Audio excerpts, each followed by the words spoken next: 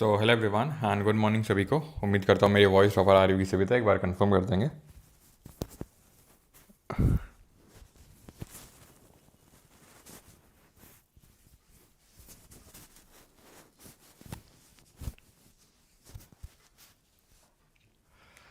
चलिए जल्दी से कंफर्म करेंगे एक बार सारी चीज़ें प्रॉपर हैं कि नहीं। कुछ सुना दें। बताइए जेडीयू वाले सामने आइए, बताइए आइए आपका परसेंटेज कैसे गिर रहा है। आइए आइए बताइए सामने।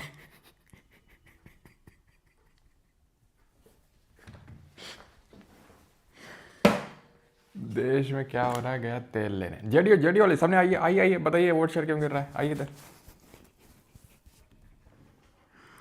चलो भाई तो शुरू किया जाए। एंड हैप्पी चिल्ड्रंस डे सभी को।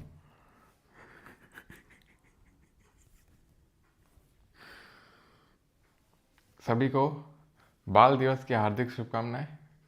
एंड एज यू नो ये भी नेहरू की गलती है।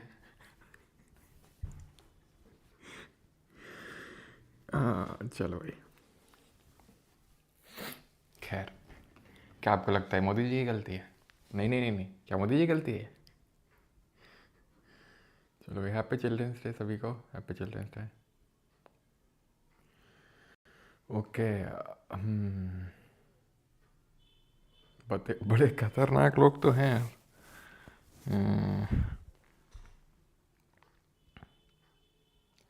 एबीपी लाइक हम खुद में ही इलेक्शन कमीशन का डेटा रखते हैं। आवाज़ कम आ रही है? कम तो रहनी चाहिए। पार्टी कहाँ दे रहे हैं? हाँ, पार्टी बताओ कहाँ दे दी है। क्या खाना चाहो पसंद करोगे? लात घूसे जो आप बोलो, जो आपकी इच्छा हो वो दे देंगे। चलो चलो लड्डू और मठरी कब मिलेगा? मेरे पापा न्यूज़ देख रहे हैं। मेरे बैकग्राउंड में यही आवाज़ आ रहा है। अच्छा अच्छा हाँ। काफ़ी इंटरेस्ट रहता है वैसे इंडिया के लोगों में अपनी ज़िंदगी से ज़्यादा। ऐसा लगता है मान लो कि ये पॉलिटिकल पार्टी जीत गई, मतलब कोई भी हो, ये जीत गई तो ये नहीं, ये तो विकास करी, मतलब पता नहीं क्या, मतलब कुछ तो है इन पॉलिटिशियंस ने समझ रखा है हम लोग की साइकोलॉजी के बारे में। मतलब कुछ करते भी नहीं हैं लेकिन फिर भी हम मतलब करते तो हैं लेकिन ज़्यादा कुछ करते भी नहीं, और फिर भी हम लोग मतलब चीयर करते रहते हैं ऐसे, जैसे कि मतलब उनकी विक्ट्री मतलब हमारी विक्ट्री, उनका लॉस मतलब हमारा लॉस, जबकि उनको घंटा फर्क नहीं पड़ता इससे। ठीक है कि तुम क्या उनके बारे में सोचते हो, लेकिन मानना तो पड़ेगा यार इंडियंस में एकदम पॉलिटिकल अवेयरनेस हो ना हो, पॉलिटिकल अवेयरनेस ज़ीरो है, लेकिन पॉलिटिकल जिसको क्या बोलते हैं लगाव, ठीक है, वो एकदम दबा के पॉलिटिकल पार्टीज़ के साथ। खैर आज हम स्टार्ट करते हैं सेलेंट फीचर ऑफ कॉन्स्टिट्यूशन, यानी कि संविधान की विशेषताएं देखेंगे। तो पहले लेक्चर हम लोगों ने देखा था कि कॉन्स्टिट्यूशन हमारा किस तरीके से बना था, that is making of constitution. अब सेकेंड लेक्चर में हम प्रोसीड करेंगे, जो हमारा कॉन्स्टिट्यूशन बन के तैयार हुआ है इसके सेलियंट फीचर्स क्या हैं, ठीक है, इसके विशेषताएं क्या हैं वो हमें देखना है। तो this is the lecture number 2। Let us start the salient feature of the constitution. The first salient feature is this: Indian constitution is the lengthiest written constitution in the world। भारतीय संविधान विश्व का सबसे लंबा लिखित संविधान है। कैसे कैसे माने? नहीं मानना पड़ेगा आपको। Indian constitution is the lengthiest written constitution in the world because original constitution की अगर बात करें तो 395 आर्टिकल थे उसमें, 395 आर्टिकल, 395 अनुच्छेद, 22 भागों में विभाजित थे और 8 अनुसूचियाँ थी, 8 शेड्यूल्स थे। अगर प्रेजेंट में बात करें तो ये थोड़ा सा डिफर कर सकता है नंबर, तो इसको रटने की ज़रूरत नहीं है। मैं आपको बता दूं ये नंबर तो रटने की ज़रूरत है बिकॉज ये तो कभी चेंज होने का ना, ठीक है। और ये नंबर में अगर मैं बात करूं प्रेजेंटली कितने आर्टिकल हैं, तो आर्टिकल याद करने की ज़रूरत नहीं, पार्ट्स आपको ध्यान रखने हैं, 25 पार्ट और 12 शेड्यूल्स, क्योंकि शेड्यूल या पार्ट इतनी जल्दी ऐड और डिलीट नहीं होते हैं। तो ये इंपॉर्टेंट है कि आप याद रखें कि ओरिजिनल में कितने थे और अभी मौजूदा समय में कितने आर्टिकल हैं, कितने पार्ट्स हैं, कितने शेड्यूल्स हैं। अब ये पिक्चर मैंने क्यों लगाई है? ये पिक्चर इसलिए लगाई है ताकि आप ये समझ सकें कि most of the things in our Indian constitution are borrowed from the other countries constitution। लेकिन ऐसा नहीं कि हमने उनको छीन लिया और उनको, ठीक है, कर दिया। मेन हमने क्या किया है, हमने इंस्पिरेशन ड्रॉ करी है। हमारा कॉन्स्टिट्यूशन कोई बोरो तो किया हमने, लेकिन इंस्पिरेशन ड्रॉ करी है। इंस्पिरेशन तो आप भी ड्रॉ करते हो ना, जैसे कि अब आप क्यों, जैसे कि पहले के टाइम पे क्या होता था, पहले के टाइम पे, बहुत पहले, जैसे कि हम लोग के मम्मी पापा के टाइम पे, आप पूछना, ठीक है, आपको हो सकता है पता भी हो, जो हम पैंट पहनते तो वो नीचे से ब्रॉड होते थे, कुछ तो उनको बोलते थे, ब्रॉड होते थे। फिर वो चपकी वाली पैंट चली, फिर चपकी वाली पैंट अभी चली, अब फिर से वही फैशन में आ गया ब्रॉड वाला। तो आप भी ब्रॉड वाला पहन रहे, लड़कियों खासकर काफ़ी मैंने देखा है पहने ये सारे, मतलब बाकी मतलब फ़ोटो इंस्टाग्राम वगैरह पे। तो ये सारी चीज़ें क्या हमें दिखाती हैं कि भाई हम भी इंस्पिरेशन ही ड्रॉ करते हैं, जो चल रहा होता है ट्रेंड में वो हम करने लगते हैं, हमारा खुद का कुछ नहीं है। ठीक है, हेयर स्टाइल अगर वो किनारे से छोटा छोटा करना है तो छोटा छोटा कर लेंगे, अभी वो पहले गोल कटिंग जो चलेगा वही हम चला लेंगे, मतलब जो हमारे एक्टर्स और ये सब करेंगे वही हम करने लगते हैं। तो या फिर आप ऐसे सोच सकते हो, एनालॉजी ड्रॉ कर सकते हो कि जैसे मान लो हम घर बनाते हैं, तो घर बनाते हैं तो हम यार उनके यहाँ पर देख के आए थे, जो फ्लोरिंग थी ना, मतलब मार्बल लगा हुआ तो बहुत अच्छा था, तो वैसा लगवाएंगे। पेंट जो है उनके घर का बड़ा अच्छा लग रहा था, वैसा लगवाएंगे। तो इंस्पिरेशन ड्रॉ करते हैं तो वैसा टाइप है। Okay okay, part 7 has been deleted and new parts have been added, part number 4A, 9A, 9B and 14A. So there were originally, if I talk about, there were originally how many parts? 22, अभी 25 हैं। Actual में 4 add किए गए हैं, एक delete किया गया है, तो 4 ऐड किए गए तो 26, एक डिलीट किया गया तो 25। पार्ट 7 को डिलीट किया गया, पार्ट 7 को 7th अमेंडमेंट हुआ था कॉन्स्टिट्यूशन में, उससे डिलीट कर दिया गया। और पार्ट 4A को, पार्ट 9A को, पार्ट 9B को और पार्ट 14A को ऐड किया कॉन्स्टिट्यूशन में अलग से। तो क्या हुआ, 25 हो गए, अभी 4 जोड़े गए, 1 हटाया गया। सर इसको 7th अमेंडमेंट से हटाया गया, उनको किससे जोड़ा गया वो नहीं बताएंगे। अब क्योंकि 7th अमेंडमेंट हम पढ़ेंगे तो है नहीं, क्योंकि वो तो रहा ही नहीं, डिलीट हो गया, तो फिर इसलिए बता दिया कि 7th अमेंडमेंट से डिलीट हुआ, क्योंकि इनको पढ़ना है तो वहाँ पर देखेंगे कि किस अमेंडमेंट से ऐड किए गए और कब ऐड किए गए, सारी चीज़ें, कब वो अमेंडमेंट हुआ। ठीक है, तो ये लार्जेस्ट रिटन कॉन्स्टिट्यूशन है। अब बात यहाँ पे ये आती है कि what is the difference between the written constitution and unwritten constitution, and लिखित और अलिखित संविधान में क्या अंतर होता है। तो जो रिटन कॉन्स्टिट्यूशन होता है, compiled and structured in systematic form, not structured, तो ये स्ट्रक्चर्ड नहीं होता। रिटन की अगर बात करेंगे तो पूरी तरीके से स्ट्रक्चर्ड होता है। इसको कुछ लोग ठीक है, इसको कुछ लोग जो है मिल के बैठ के बनाते हैं, जिसको हम बोलते हैं कॉन्स्टिट्यूएंट असेंबली। ठीक है, संविधान सभा बोलते हैं। तो संविधान सभा क्या करती है, इसको बैठ के बनाती है, कॉन्स्टिट्यूएंट असेंबली। रिटन कॉन्स्टिट्यूशन कुछ लोग मिल के बैठ के बनाते हैं। अनरिटन कॉन्स्टिट्यूशन की बात करें, जैसे कि एग्जाम्पल के तौर पर यूनाइटेड किंगडम है, यूके में, वहाँ पे ऐसे कोई कॉन्स्टिट्यूएंट असेंबली नहीं बैठी थी। वहाँ पर जो भी बाई लॉज, जो भी टेम्प्रेरी लॉज चले आ रहे थे, जैसे कि अगर मैं इंडिया की बात करूँ तो मुसलमानों में शरिया होता है, हिंदुओं में भी अपना हिंदू रिलीजियस एक्ट होते हैं। तो इन सब को अगर, ठीक है, इन सब को अगर मर्ज करके ही कॉन्स्टिट्यूशन बना दिया जाता, इन सबको मर्ज करके ही कॉन्स्टिट्यूशन बोल दिया जाता, तो उसको हम बोलते हैं कि वो अनरिटन कॉन्स्टिट्यूशन है। रिटन तो क्या है कि वो कंपाइल और स्ट्रक्चर हुआ है, वो ऐसा नहीं कि जो पहले चीज़ें एग्जिस्ट कर रही थी उन्हीं को कंपाइल करके कॉन्स्टिट्यूशन बोल दिया गया। इसको फॉर्मली कॉन्स्टिट्यूट किया जाता है, और रिटर्न को अमेंड करना, यानी उसमें बदलाव लाना, उसमें चेंजेस लाना इज़ नॉट ईजी, वो आसान नहीं है। ठीक है, वो आसानी से अमेंड नहीं हो सकता रिटर्न कॉन्स्टिट्यूशन की बात करें। और वहीं अगर बात करें अनरिटन कॉन्स्टिट्यूशन की, तो इसको आसानी से अमेंड किया जा सकता है, it is easy to amend. Example के तौर पे यहाँ पे इंडिया है और यहाँ पर आपका UK, that is United kingdom है। ठीक है, तो ये आपका व्यवस्थित रूप से संकलित और संरचित किया जाता है, वहीं पर अनरिटन वाला जो है संरचित नहीं किया जाता है। ठीक है, औपचारिक रूप से गठित होता है और ये औपचारिक रूप से गठित होता है। ठीक है, मतलब गठित नहीं होता है, औपचारिक रूप से गठित होता है, और ये अनौपचारिक या फिर औपचारिक रूप से गठित नहीं होता है। संशोधन करना इसमें आसान नहीं होता है, इसमें संशोधन करना, अमेंडमेंट करना आसान होता है। ओके, अब व्हाट इज़ अमेंडमेंट, तो अमेंडमेंट होती क्या चीज़ है। तो अमेंडमेंट की अगर बात करेंगे तो अमेंडमेंट, संशोधन का मतलब होता है बदलाव। ठीक है, यानी कि जो कॉन्स्टिट्यूशन में जो भी चेंजेस किए जाते हैं, कॉन्स्टिट्यूशन की जो हमारी बुक है, ये जो कॉन्स्टिट्यूशन की बुक है, इसमें जो भी चेंजेस किए जाएंगे, उन चेंजेस को क्या बोला जाएगा, उन चेंजेस को बोला जाएगा अमेंडमेंट। ठीक है, ये चीज़ आप थोड़ा सा ध्यान रखेंगे कि अमेंडमेंट क्या होता है। अमेंडमेंट होता है जो भी कोई फॉर्मल चेंज किया जाता है कंट्री के कॉन्स्टिट्यूशन में, that is called as amendment. Okay, और कैसे क्या किया जाता है वो हम आगे देखेंगे, अभी हमारा टॉपिक नहीं होना चाहिए डिस्कशन का कि अमेंडमेंट किस तरीके से किया जाता है और कैसे क्या होता है। बस अमेंडमेंट होता क्या है, तो अमेंडमेंट होता है चेंज इन द कॉन्स्टिट्यूशन, किसी चीज़ को ऐड करना, डिलीट करना, उसमें चेंज करना कॉन्स्टिट्यूशन में, वो अमेंडमेंट के थ्रू किया जाता है, संशोधन के थ्रू किया जाता है। दूसरा फीचर है हमारे कॉन्स्टिट्यूशन का कि हमारे देश में संसदीय प्रणाली है, पार्लियामेंट्री फॉर्म ऑफ गवर्नमेंट है। ठीक है, अब ये पार्लियामेंट्री फॉर्म ऑफ गवर्नमेंट और प्रेसिडेंशियल में क्या अंतर होता है, ये जब हम पार्लियामेंट पढ़ेंगे ना तब पढ़ेंगे उसके बारे में, अभी नहीं पढ़ना है हमें। अभी बस इतना ध्यान रख लेना, ये एक फीचर है हमारे कॉन्स्टिट्यूशन का, पार्लियामेंट्री फॉर्म ऑफ गवर्नमेंट। अच्छा, एक चीज़ ध्यान रखना, जैसे कि अभी मैंने आपको बताया था कि हमारे जो इंडियन कॉन्स्टिट्यूशन में मेजॉरिटी चीज़ें हमने कहीं से बोरो करी हैं, यानी कि कहीं से हमने इंस्पिरेशन ड्रॉ करी है, लेकिन उस चीज़ को अभी हमें यहाँ पे मैं नहीं पढ़ाने वाला हूँ। अगर आप फैट मैन भी आपके पास होगी बुक, तो उसमें आप देखेंगे कि इसी पर्टिकुलर चैप्टर में लिखा तो हुआ है, लेकिन एक लाइन भी उसमें लिखी हुई है कि students are advise to read this particular topic after they have completed the entire polity. क्यों? क्योंकि अगर मैं आपको बोलूँगा जॉइंट सीटिंग ऑस्ट्रेलिया से ली गई है, तो तुम्हारे मन में आएगा जॉइंट सीटिंग क्या होती है। सिंपल सी बात है, ठीक है। तो जब जॉइंट सीटिंग मैं पढ़ाऊंगा तो वहीं बता दूंगा कि ये यहाँ से लिया है, तब तुमको समझ में आया अच्छा जॉइंट सीटिंग ये होती है। तो तुमको एक साथ याद करने की ज़रूरत नहीं है, क्योंकि तुम्हें समझना भी तो पड़ेगा। अब मैं बोलूँ कॉन्करेंट लिस्ट ऑस्ट्रेलिया से लिया है, कॉन्करेंट लिस्ट ऑस्ट्रेलिया से लिया है, ये कॉन्करेंट लिस्ट क्या होती है, तुम्हारा क्वेश्चन यही होगा ना, सिंपल।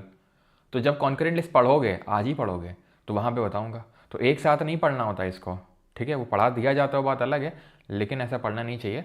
जब पूरा आप कॉन्स्टिट्यूशन पढ़ लोगे अपने आप, वहाँ पर अपने आप जो सोर्सेज है, कौन सी चीज़ कहाँ से ड्रॉ करिए, 80 से 90% आपका वहीं पे ख़त्म हो जाएगा।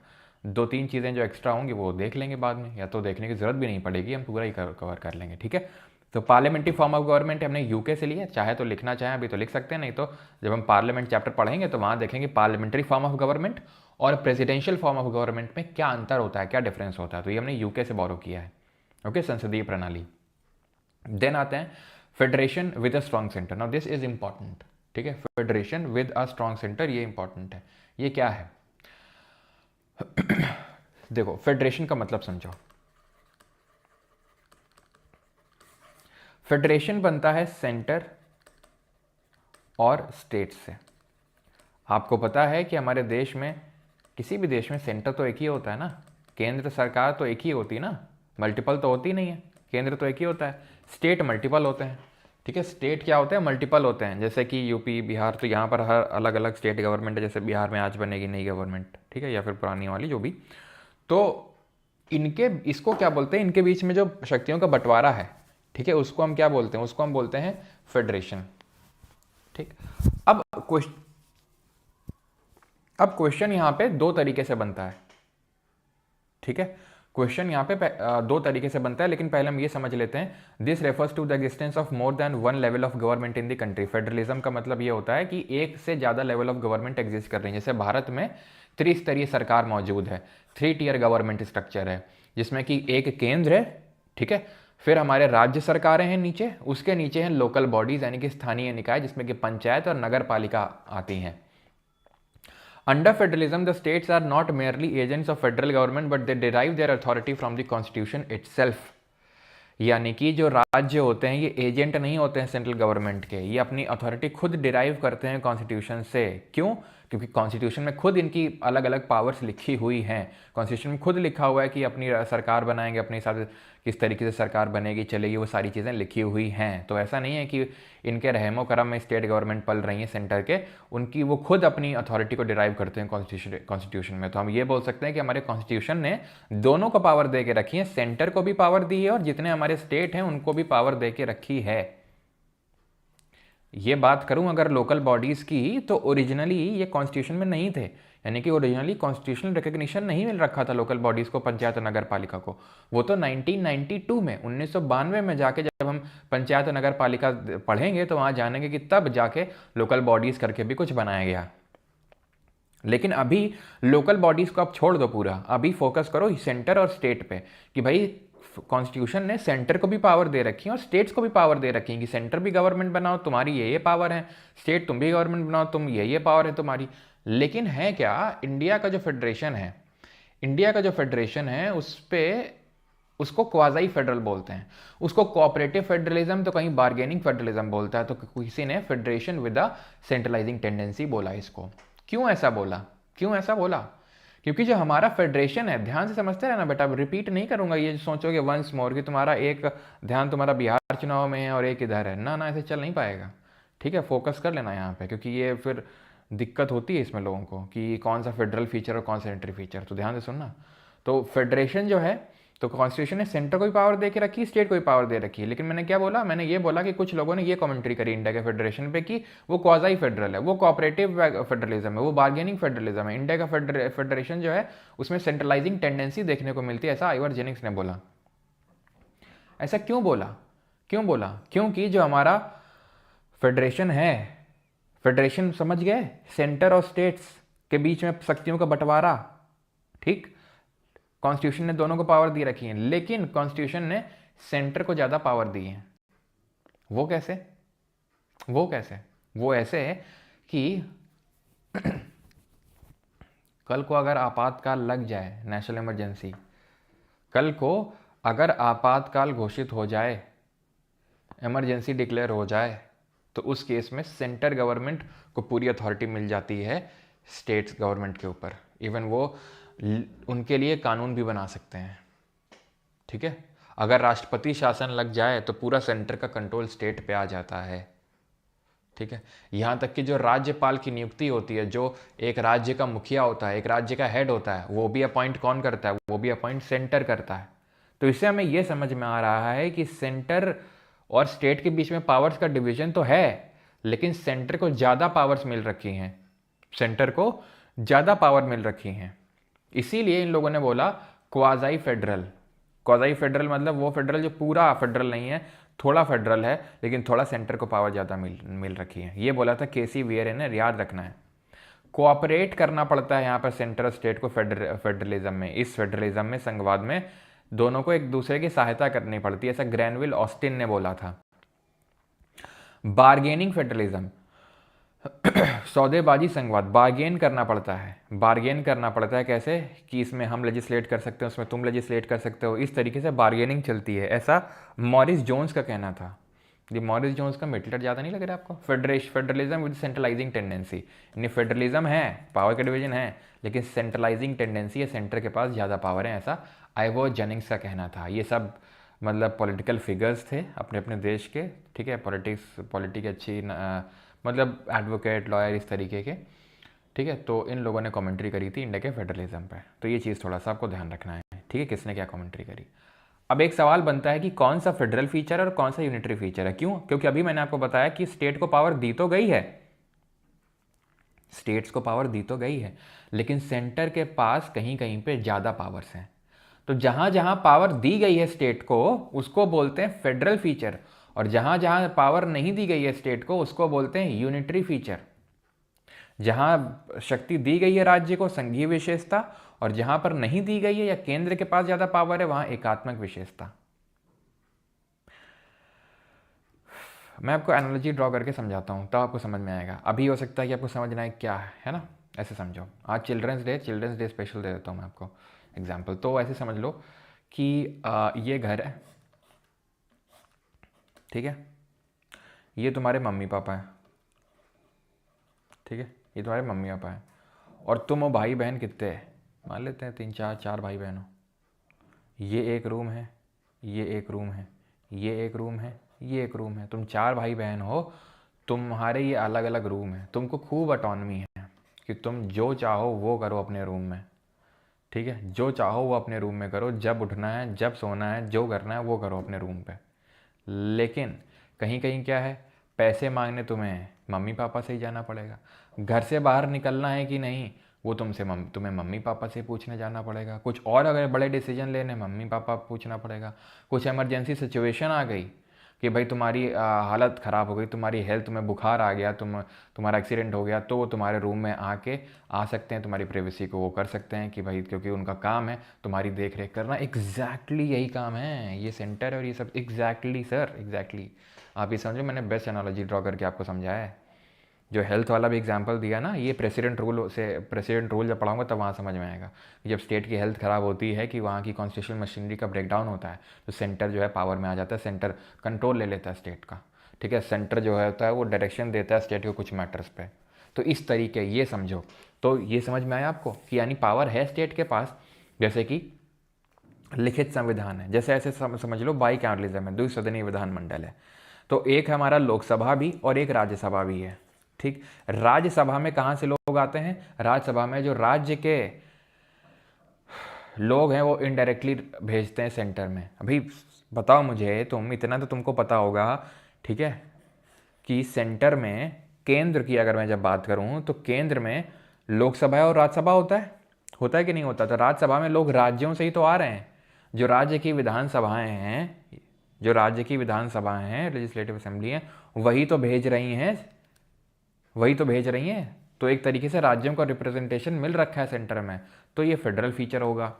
फेडरल फीचर क्या है? जहां पर स्टेट को पावर मिल रखी है। डुअल गवर्नमेंट है, दोहरी सरकार है, एक केंद्र में होती है और एक राज्य में होती है, तो उनको पावर मिल रखी है।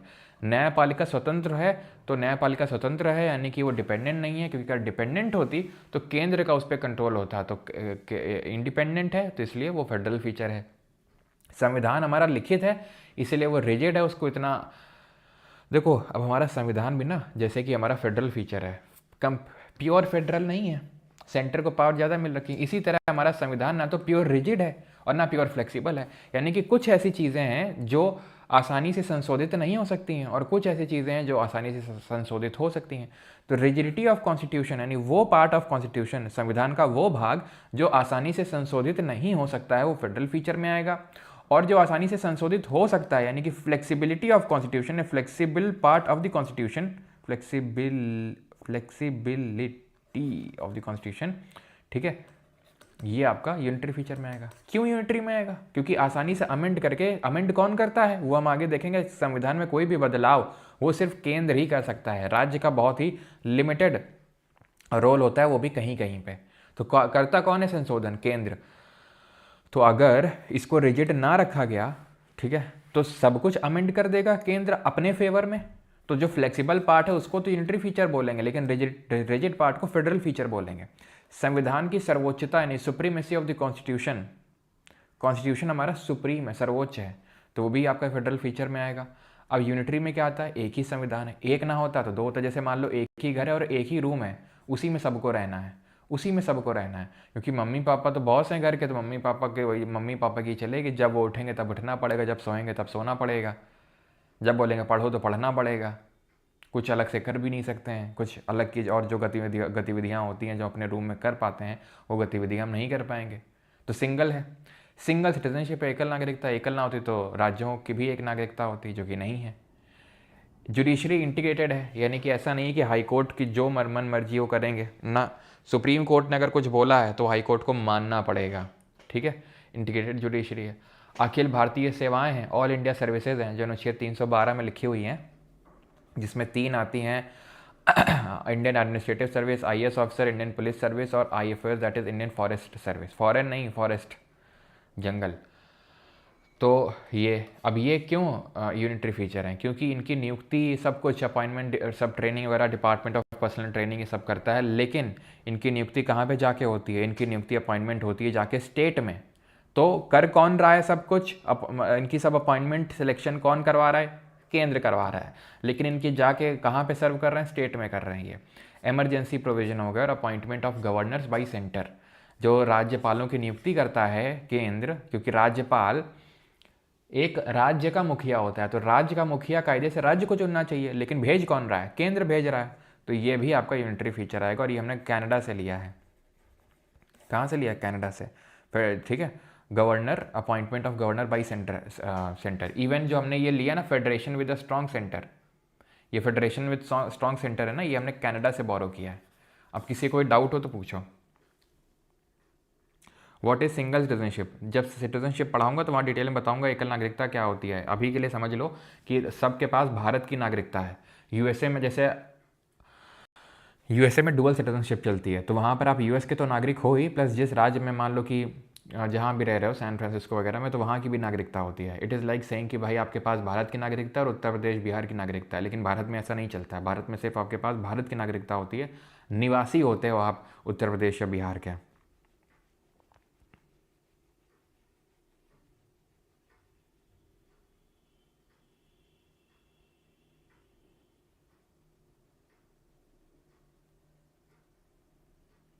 क्लियर है यहाँ तक सभी को? आगे बढ़ा जाए। ओके।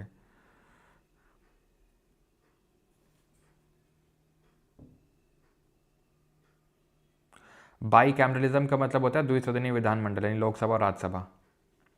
रिजिडिटी ऑफ कॉन्स्टिट्यूशन का मतलब है संविधान का वो भाग जिसको आसानी से संशोधित नहीं किया जा सकता, यानी the part of the constitution which can not be easily amended. आवाज़ यार कितनी बढ़ाएं भाई, आवाज़ बढ़ा दीजिए, ठीक है, इतनी जोर से। तो कैमरलिज्म का मतलब होता है द्विसदनीय विधानमंडल यानी लोकसभा और राज्यसभा। कितनी तो आ रही है आवाज़।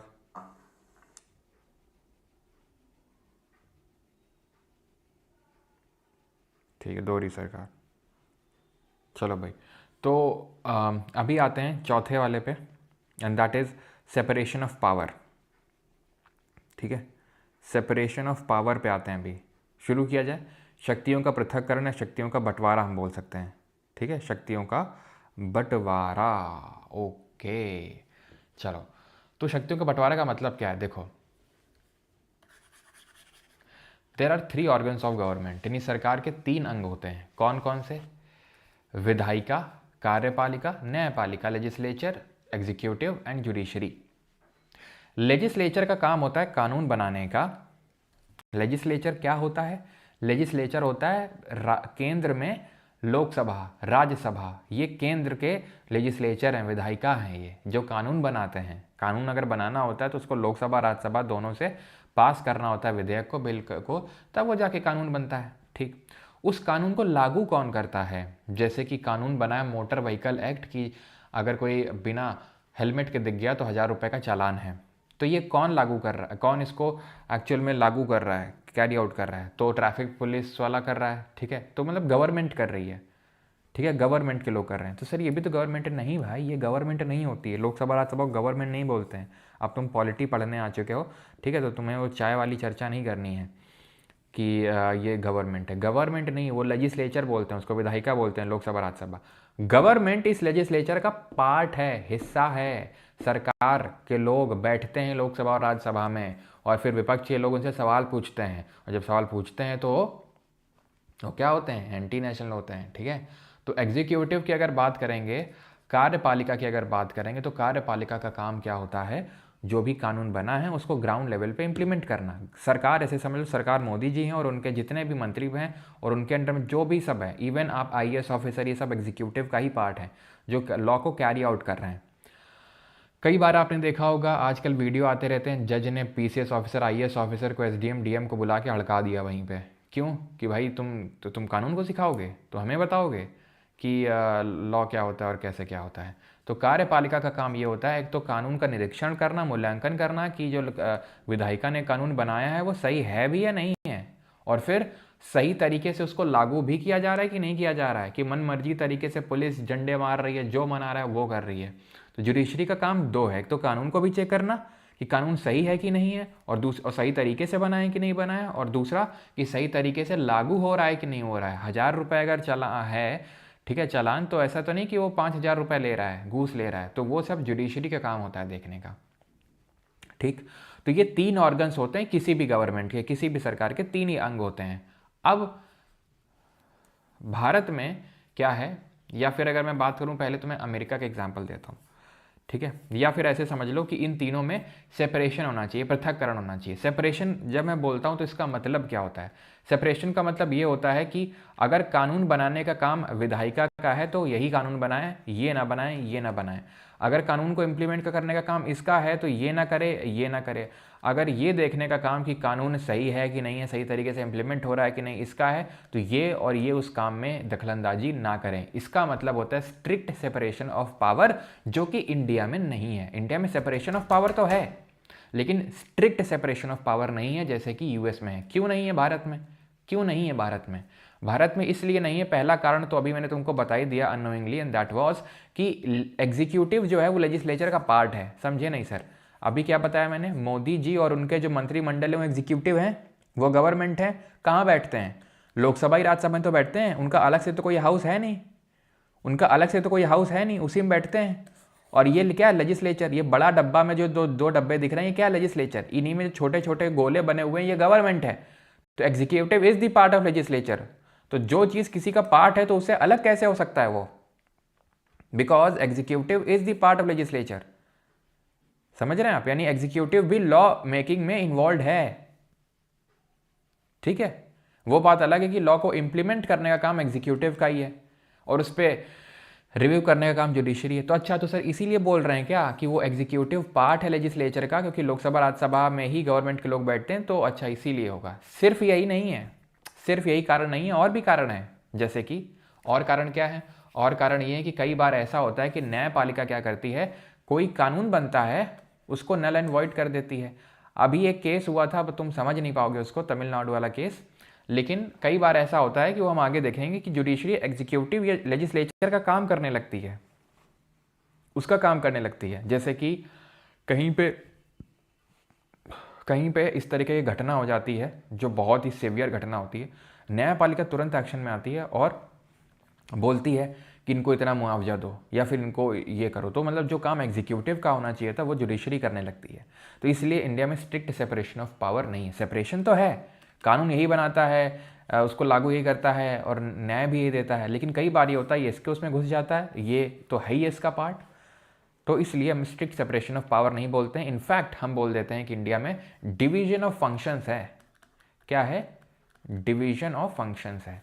स्ट्रिक्ट सेपरेशन ऑफ पावर तो बिल्कुल नहीं है, स्ट्रिक्ट सेपरेशन ऑफ पावर तो बिल्कुल नहीं है, जो यूएस में देखने को मिलता है। अब यूएस में प्रेसिडेंशियल फॉर्म ऑफ गवर्नमेंट है। अब ये सारा गेन क्या होता है वो मैं पार्लियामेंट जब पढ़ाऊंगा तो वहाँ बताऊंगा। ऐसे समझ लो कि डोनाल्ड भैया लेजिस्लेचर का पार्ट नहीं है। डोनाल्ड भैया और उनकी जो पूरी कैबिनेट है वो लेजिस्लेचर का पार्ट है ही नहीं, क्योंकि यहाँ पे है कि executive should be drawn from the legislature. मतलब जो लोकसभा और राज्यसभा, अरे भैया 18वीं लोकसभा के चुनाव हुए थे, अरे हुए थे कि नहीं हुए थे चुनाव अभी, ठीक? तो जो चुनाव जीत के आए हैं वही एग्जीक्यूटिव का पार्ट बन सकते हैं, ठीक है? जो गवर्नमेंट है वो लेजिस्लेचर से ही निकाली जानी चाहिए। अब ये भी थोड़ा डीप है। डीप ऐसे है कि जैसे एस जयशंकर हैं, कोई चुनाव जीत के नहीं आए हैं लेकिन फिर भी विदेश मंत्री हैं। उसका कारण अलग है उनका, क्योंकि वो राज्यसभा के सदस्य हैं, ठीक है? तो वो हम आगे पढ़ेंगे जब हम आर्टिकल नंबर 75 वहाँ पर देखेंगे तब। लेकिन अभी के लिए समझ लो इंडिया में सेपरेशन ऑफ पावर तो है लेकिन स्ट्रिक्ट सेपरेशन ऑफ पावर नहीं है। इसलिए हम बोल देते हैं कि इंडिया में डिवीजन ऑफ फंक्शंस है इंस्टेड। ये बात गले उतरी कि नहीं उतरी? जल्दी बताओ, समझ में आई इतनी चीज़?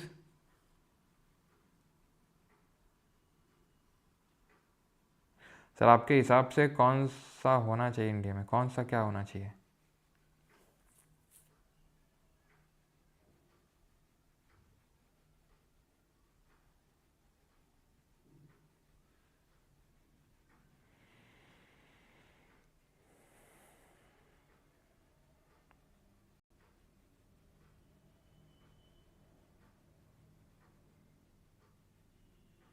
ठीक है, क्लियर है? कानून बनाने का काम इसका है, उसको लागू करने का काम इसका, न्याय देने का काम इसका, कानून देखने का काम इसका है। लेकिन भारत में क्या है, तो अलग अलग काम है लेकिन स्ट्रिक्ट नहीं है। अब हमें पता कहाँ से चलता है कि अलग अलग? जैसे हम आर्टिकल 50 पढ़ेंगे, जैसे कि आर्टिकल 121, तो कई जगह ऐसे लिखा है कि विधायिका को जजेस का कंडक्ट डिस्कस नहीं करना है कि जज क्या कर रहे हैं क्या नहीं कर रहे हैं। उसी तरह जजेस को कोर्ट में डिस्कस नहीं करना है कि लोग किस तरीके से कानून बना रहे हैं, यानी सबको अलग अलग अपना अपना काम देखना है, ख़त्म बात। अब आते हैं भारत की अनुसूचियों पे, शेड्यूल्स पे। आखिरी चीज़ है, हमारे आखिरी टॉपिक है लेक्चर का आज। तो शेड्यूल्स होते क्या है? शेड्यूल्स जैसे कि अभी हम स्टार्टिंग में हमने देखा था कि जब भारतीय संविधान बना था तो 395 आर्टिकल थे, 395 अनुच्छेद थे, 22 भागों में विभाजित थे और 8 अनुसूचियाँ थीं। अभी 12 हो गई हैं। तो वो तो समझ में आता है, भाग हैं, ये पार्ट है। इट इज़ लाइक कि भाई जैसे हमारे बुक में एक पार्ट होता है और एक पार्ट में बहुत सारे चैप्टर होते हैं, तो पार्ट ये हो गया और चैप्टर ये हो गए। लेकिन शेड्यूल्स क्या हैं ये? तो शेड्यूल्स क्या हैं? शेड्यूल्स वो हैं जो चीज़ों को आर्टिकल में डिटेल में नहीं लिखा जा सकता था, आर्टिकल में वहाँ पर बहुत लंबा हो जाता वो, इसलिए अलग से हमने शेड्यूल जोड़ दिए और वो डिटेल वाली चीज़ वहाँ पे डाल दी हमने। तो ऐसे 12 शेड्यूल्स हैं जहाँ पे चीज़ें डिटेल में डली हुई हैं। जैसे कि पहला अनुसूची बात करता है, सर टिरिक विरिक मत करना, लास्ट में बताएंगे वो, ठीक है? पहला अनुसूची, पहला शेड्यूल बोलता है names of states and duties and their territorial jurisdiction. राज्यों और केंद्र शासित प्रदेशों के नाम और उनका क्षेत्रीय अधिकार क्षेत्र। जितने भी भारत में 28 राज्य हैं और 8 केंद्र शासित प्रदेश यानी यूनियन टेरिटरीज़ हैं, उन सब का नाम यहाँ पे लिखा हुआ है और उनका क्षेत्र अधिकार लिखा हुआ है कि उनका टेरिटोरियल जुरिस्डिक्शन कितना होगा, कहाँ कहाँ तक इनका क्षेत्र अधिकार होगा, वो पहली अनुसूची में लिखा हुआ है। ठीक। दूसरे की बात करेंगे तो provision relating to the emolument and allowances of these, मतलब president, vice president, governor, speaker, deputy speaker, chairman, deputy chairman, जजेस, कैग, इन सब का लिखा हुआ है यहाँ पर कितना भत्ता, कितना पैसा इनको मिलेगा। कुछ ऐसे करके भी याद कर सकते हो, जैसे पीसीएस, पी से हो जाएगा प्रेसिडेंट और वाइस प्रेसिडेंट, सी से हो जाएगा आपका कैग, एस से हो जाएगा जजेस, जजेस ऑफ सुप्रीम कोर्ट और हाई कोर्ट, तो ऐसे याद कर लो।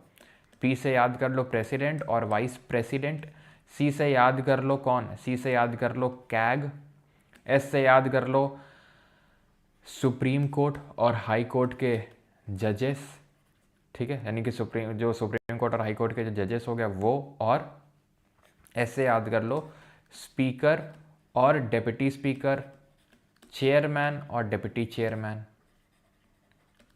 चेयरमैन और डिप्टी चेयरमैन, ठीक है। तो लोकसभा में होते हैं स्पीकर और डिप्टी स्पीकर, और राज्यसभा में होते हैं चेयरमैन और डिप्टी चेयरमैन, ठीक है।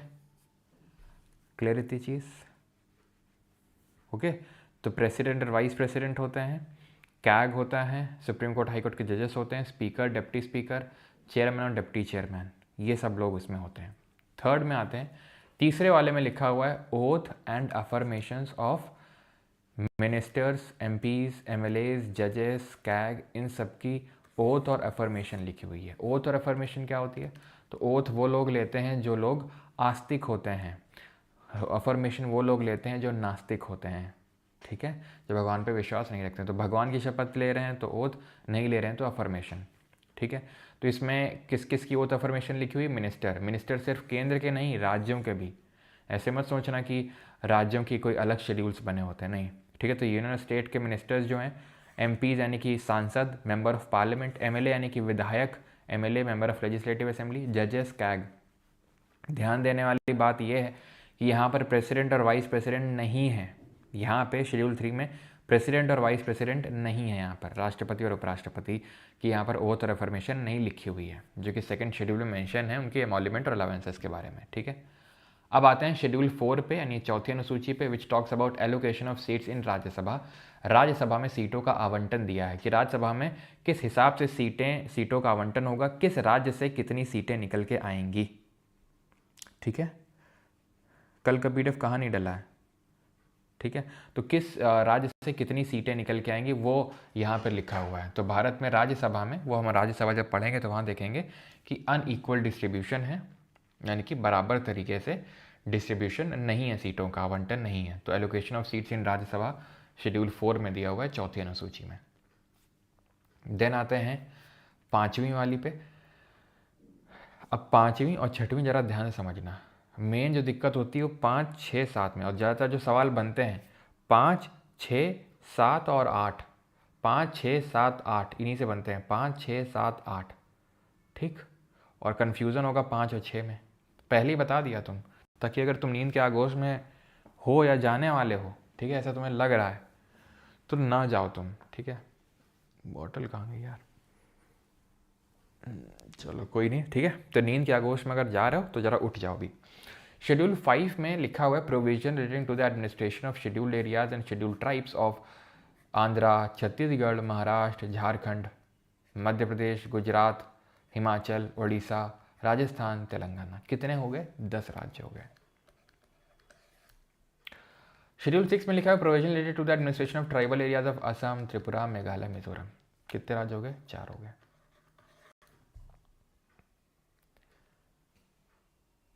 हमारे भारत में कुछ ऐसे राज्य हैं जहाँ पे जनजातियाँ रहती हैं, क्या रहती है, जहाँ जहाँ पे ट्राइबल पॉपुलेशन रहती है उस जगह को हम 5th या 6th शेड्यूल का स्टेटस दे देते हैं। समझ आएगा? अब तुम्हारे मन में आएगा डाउट कि तो फिर अंतर क्या है, दोनों में वही बोल रहे हो कि जहाँ जनजाति रहती है उसको 5वां या 6वां का दे देंगे स्टेटस। अंतर क्या है? अंतर यह है कि जो 6वां वाला है वो सिर्फ इन 4 राज्यों में लागू होता है। हाँ, तो ऐसे तो 5वां वाला भी तो इन सिर्फ 10 में ही होता है। नहीं, तुम समझ नहीं रहे हो। हम ये कहना चाह रहे हैं कि ये सिर्फ नॉर्थ ईस्ट के ही हैं, यहाँ कोई दिख रहा है नॉर्थ ईस्ट के अलावा? चारों नॉर्थ ईस्ट के हैं। और संविधान जब बना था तो ओरिजिनली लिखे गए थे सिर्फ इन्हीं चारों के नाम। ठीक। और अगर मान लो किसी और राज्य को देना है 6 शेड्यूल का स्टेटस, तो क्या होगा? तो अमेंडमेंट करना पड़ेगा, कॉन्स्टिट्यूशन में संविधान करना पड़ेगा, संविधान संशोधन करना पड़ेगा। इसकी अगर बात करें तो अगर ये स्टेटस देना है किसी को तो वो देश का राष्ट्रपति दे सकता है, प्रेसिडेंट। ये जो है 5th शेड्यूल, ये सिर्फ डील करता है उन ट्राइबल स्टेट से जो central part, northern part, southern part of India से बिलोंग करते हैं, नॉर्थ ईस्ट से नहीं। तो नॉर्थ ईस्ट में ऐसा स्पेशल क्या है कि उनको अलग से शेड्यूल में डाला गया है? क्योंकि उनकी ज्योग्राफी अलग है, उनका कल्चर बहुत अलग है, सोशली और कल्चरली बहुत अलग है बाकी ट्राइब्स से भी वो। तो इसलिए उनके स्पेशल एडमिनिस्ट्रेशन के लिए उनको स्पेशल शेड्यूल में डाला गया, असम, त्रिपुरा, मेघालय, मिजोरम। याद ऐसे रखते हैं, ATM without money. Assam, Tripura, Meghalaya और मनी नहीं है तो मणिपुर नहीं है, मिजोरम है। ATM मनी याद करना है, ATM मनी, ATM मनी, लेकिन इसमें मनी नहीं है, मणिपुर नहीं है, ध्यान रखना इस पर। ये ध्यान रखना होता है कि जब आता है क्वेश्चन तो मणिपुर डालता है उसमें। अब ये 10 राज्यों में, ये 4 राज्यों में, ये इसके लिए संवैधानिक संशोधन करना पड़ता है, ये प्रेसिडेंट घोषित कर सकता है। तो तुम मुझे बताओ किसको ज्यादा ऑटोनॉमी मिल रही है? ऑटोनॉमी क्या है? अरे भैया मेरे, क्यों दिया जाता है इसको? जैसे मान लो यहाँ ट्राइब बहुत रहती है, ये है ट्राइबल एरिया, ये 5th शेड्यूल का स्टेटस मिल गया। पहली बात तो तुम ध्यान रखना, चाहे 5th हो चाहे 6th हो शेड्यूल, ये पूरे राज्य को नहीं मिलता है कि आंध्र प्रदेश जो है पूरा राज्य 5th शेड्यूल में। नहीं, आंध्र प्रदेश में जो कोई छोटा सा जगह होगी जहाँ ट्राइबल पॉपुलेशन ज़्यादा होगी तो उसको 5th शेड्यूल कैटेगरी में डाल दिया गया। तो वहाँ पे होता यह है कि बिना राज्यपाल की अनुमति के कोई भी वहाँ पर चीज़ लागू नहीं होती है। तो राज्यपाल का मेन कंट्रोल होता है वहाँ पर। लेकिन एक ट्राइबल एडवाइजरी काउंसिल होती है, ट्राइबल एडवाइजरी काउंसिल होती है, जिसकी रिकमेंडेशन ली जाती है, जिससे पूछा जाता है अगर लैंड को, जमीन को वहां की ट्रांसफर करना है किसी नॉन ट्राइबल को, ट्राइबल्स की लैंड को किसी नॉन ट्राइबल को ट्रांसफर करना है, इनकी परमिशन के बिना नहीं किया जा सकता है। और जो बाकी चीजें हैं वो गवर्नर क्या करता है, गवर्नर की परमिशन के बिना कोई भी केंद्र का या राज्य का कानून नहीं लागू होता है यहाँ पे। और वहां पर इनकी एडवाइस ली जाती है, सिर्फ इनकी एडवाइस ली जाती है। और राज्यपाल, ध्यान सुनना, खासकर वो स्टूडेंट जो अगर CDS CAPF का सोच रहे हैं, PCS वगैरह का, यहाँ से बहुत दबा के क्वेश्चन बनते हैं UPSC में, तो ठीक है। तो गवर्नर को हर साल एक रिपोर्ट भेजनी होती है, प्रेसिडेंट को देनी होती है, यानी कि सेंटर में। और अगर मान लो कि governor fails to do so, अगर वो रिपोर्ट नहीं मिल रही है, तो कुछ एक्स्ट्राऑर्डिनरी सर्कमस्टांसेस पे उस पर्टिकुलर जगह पे जो 5th शेड्यूल एरिया है वहाँ पर सेंटर का भी कंट्रोल हो सकता है, in very some few circumstances. 6वीं वाली पे आ जाओ, 6th में यहाँ क्या होता है, इनको बहुत ज़्यादा ऑटोनॉमी है। यहाँ पर होती है ADC, ऑटोनमस डिस्ट्रिक्ट काउंसिल। इनकी इतनी पावर होती है कि कानून भी यहाँ का यही बनाते हैं। 5th में क्या बोला था कि कोई भी कानून जो बनाया गया है भाई केंद्र और राज्य, वो इनकी परमिशन लेनी पड़ती है, या फिर गवर्नर, वो होता है गवर्नर, इनकी परमिशन आप बोल रहे हैं, फिर एडवाइस लेता है। जो बनाएगा गवर्नर को वो करेगा, लेकिन बस इनकी एडवाइस ले लेगा, यहाँ पे क्या 6वीं में ये खुद ही बनाते हैं लॉ। ऐसा नहीं कि लॉ आएगा तो हमसे पूछा जाएगा कि करें कि ना करें, और यहाँ पे तो वो भी नहीं, यहाँ पे तो बस तुम्हारी एडवाइस ली जा रही है कि बताओ करें कि ना करें। तुमने ना भी कर दी तो भी किया जा सकता है, बट एडवाइस ली जाती है यहाँ पे क्या वो खुद ही कानून बनाते हैं, यानी कि इनके पास खुद की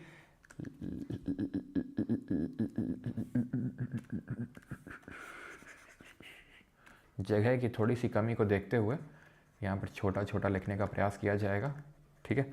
लेजिस्लेटिव पावर्स होती हैं, इनके पास खुद की जुडिशियल पावर होती हैं, इनके पास खुद की टैक्सेशन पावर्स होती हैं, power to control land power होती हैं, यानी कि इनके power to control the land. तो ये सारी पावर होती है ऑटोनमस डिस्ट्रिक्ट काउंसिल की, ठीक। तो अंतर समझ आया तुमको? क्या अंतर समझ में आया? वही लद्दाख वांट्स इट, आ रहे हैं उसी पे आ रहे हैं, वही लद्दाख वांट्स इट।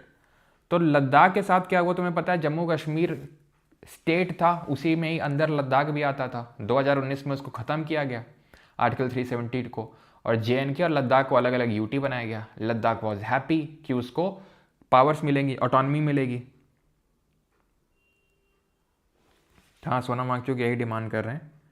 ओके, हाँ, रोला है इनका, ठीक है। चलो, तो दे वर हैप्पी कि भाई इनको कुछ ऑटोनमी मिलेगी, है ना। हो सकता है इनको लेजिस्लेटिव असेंबली मिलेगी इनकी खुद को जो इनको अभी पावर नहीं मिल पा रही थी। जम्मू कश्मीर में ही लेजिस्लेटिव असेंबली थी, लद्दाख में तो कुछ था नहीं, तो लद्दाख साइड लाइन फील हो रहा था। लद्दाखीज वर हैप्पी कि चलो अब हम अलग से यूटी बन गए हैं, अब हमें पावर मिलेंगी। लेकिन उनको चीट फील हुआ, उनको धोखा फील हुआ कि भाई उनको ना तो जो उनको प्रॉमिस किया गया था वो कुछ नहीं दिया गया, जिसलिए वो खुश हुए थे, जिसलिए उस डिसीजन जो गवर्नमेंट का था 2019 में सपोर्ट किया था गवर्नमेंट का, वो उन्हें कुछ नहीं मिला। तो इन्होंने लद्दाखीज ने 6 शेड्यूल का स्टेटस का मांग किया। क्यों? क्योंकि अभी मैंने बताया अगर 6 शेड्यूल वहाँ पर वो आ गया तो ADC सेटअप हो जाएंगी और फिर उनके पास बहुत पावर होती है कानून बनाने की, judicial, taxation, land even transfer किसी को नहीं करी जा सकती है। अब ये इनकी कंसर्न है क्यों चाहते हैं 6 शेड्यूल? क्योंकि अभी आपको पता है कि जैसे अडानी जी को ज़मीन दी गई, वहाँ पर पूरे सोलर प्लांट लगाएंगे, ऐसे और भी, क्योंकि अब वहाँ पर कोई भी जाके ज़मीन खरीद सकता है, कोई भी बाहरी भी वहाँ पे जा सकता है, ज़मीन खरीद सकता है, वहाँ डेवलपमेंट हो सकता है, सब कुछ हो सकता है वहाँ पर। लेकिन लद्दाखीज़ का मानना है कि हम ये नहीं चाहते हैं, क्योंकि ये हिमालयन रीजन बहुत ही इकोलॉजिकल सेंसिटिव है, जो कि सही भी है, इकोलॉजिकल सेंसिटिव है। अगर वहाँ पे हर जगह हम डेवलपमेंट ही कर देंगे तो फिर हमारी जो डाइवर्सिटी है उसका मतलब ही क्या रह गया? हमारी जो फ्रेजाइल इकोसिस्टम है तो वो तो रहेगा ही नहीं। जो आज हम टूरिज्म के लिए जाते हैं लद्दाख में तो कुछ बचेगा ही नहीं अगर हम हर जगह ही, क्योंकि डेवलपमेंट का मतलब हर जगह सेम नहीं होता है। अब हमने इनको क्यों दे रखा है असम, त्रिपुरा, मेघालय, मिजोरम। अब अगर आप अंडमान निकोबार में जाके जहाँ पर जरावा ट्राइब रह रही है उनको बोलो हम तुम्हें रोड बना देंगे, तुमको लात मार के भगा देंगे। भाई उनको नहीं चाहिए रोड, उनको चाहिए उनकी प्राइवेसी। उनके लिए डेवलपमेंट रोड बनना नहीं है, उनके लिए डेवलपमेंट है कि शांति का जीवन, ठीक है। तुम्हारे लिए होगा कि रोड बन गया, ब्रिज बन गया और हसल कल्चर और फलाना कल्चर, नहीं। उनको है कि भाई हम हंट करके खाते हैं, जाते हैं चैन को सोते हैं रात में, वही हमारे लिए जीवन है, ठीक है। हमें मत सिखाओ डेवलपमेंट क्या होता है। तो वही है, इनका भी कहना है कि अगर यहाँ पर बाहर ही आएंगे तो उनकी जॉब चली जाएंगी, ठीक है। यहाँ का जो सोशल जो कल्चर है वो पूरा तहस नहस हो जाएगा, जो इनका एक डिस्टिंक्ट कल्चर है। अब इनको क्यों दिया गया इस शेड्यूल में असम, त्रिपुरा, मेघालय, मिजोरम को? क्योंकि इनका डिस्टिंक्ट कल्चर है, लैंग्वेज है, बहुत अलग है, ये मेन ट्राइबल ग्रुप से भी बहुत अलग है, इसलिए इनको 5th शेड्यूल में नहीं, इनके लिए अलग से शेड्यूल क्रिएट किया गया। तो ऐसा लद्दाखीज का भी मानना है कि हमें भी दिया जाए, सो दैट हमारी लैंड किसी को ऐसे ट्रांसफ़र ना करी जा सके, ठीक है। यहाँ पर रैपिड इस तरीके का फालतू का डेवलपमेंट ना हो, हमारा जो कल्चर है वो प्रोटेक्ट हो, जो हमारी बुद्धिस्ट कम्युनिटी है, यहाँ पर बुद्धिस्ट और मुस्लिम्स हैं, तो वो प्रोटेक्ट हो सकें। तो ये इनकी डिमांड है, जिसकी वजह से गवर्नमेंट का ये कहना है कि हम दे नहीं सकते। क्यों नहीं दे सकते हैं? क्योंकि 6 शेड्यूल में तो सिर्फ 4 ही राज्यों का मेंशन कर रखा है कॉन्स्टिट्यूशन में, तो वो तो पॉसिबल नहीं। बिल्कुल पॉसिबल है वो, अगर कॉन्स्टिट्यूशन में अमेंडमेंट, क्योंकि अभी मैंने बताया था कॉन्स्टिट्यूशन में अमेंडमेंट करना पड़ता है इसके लिए। 6 शेड्यूल में 5th में कुछ अमेंडमेंट नहीं है, उसमें सिर्फ प्रेसिडेंट ही डिक्लेयर कर देगा। इसके लिए अमेंडमेंट कि अगर लद्दाख को जोड़ना है तो यहाँ पर आपको एक और यूटी जोड़ना पड़ेगा, असम, त्रिपुरा, मेघालय, मिजोरम, लद्दाख, जो कि गवर्नमेंट चाहे तो कर सकती है। और अगर वो बिल लाएगी भी तो ऑब्वियस से बात है ऑपोजिशन भी उसका अपोज करेगा नहीं, फॉर द ऑब्वियस रीजंस, ठीक है। तो वो हो जाएगा, लेकिन गवर्नमेंट का वही है कि नहीं नहीं, उसमें तो 4 राज्य हैं और उसमें हम कैसे इंक्लूड कर सकते हैं। तो ये लद्दाख का मेन इशू है, ठीक है। Why not Manipur? क्योंकि मणिपुर में नीड नहीं होगी, जो कॉन्स्टिट्यूशन मेकर्स उनको नहीं लगा कि मणिपुर में कुछ ऐसा अलग ट्राइबल कल्चर है तो हम मणिपुर को उसमें डालें।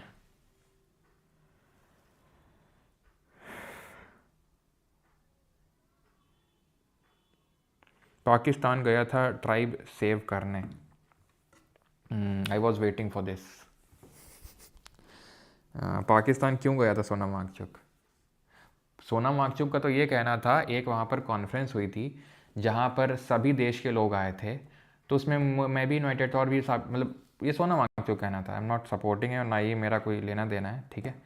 तो बस उनका ये कहना था कि वहाँ पर क्योंकि बुलाया गया था, कोई तो कॉन्फ्रेंस हुई थी, मुझे एग्जैक्टली याद नहीं है, तो वहाँ गया था। और इवन मैंने वहाँ पर इंडिया को लेके कुछ तो मतलब चीज़ें अच्छा ही बोला था, इंडिया की यूनिटी को लेके कुछ तो उन्होंने किया था, मतलब बोल रहा था। लेकिन अब जो है वो तो मुझे पता नहीं, हो सकता है आप लोगों को ज़्यादा पता हो through different social media handles.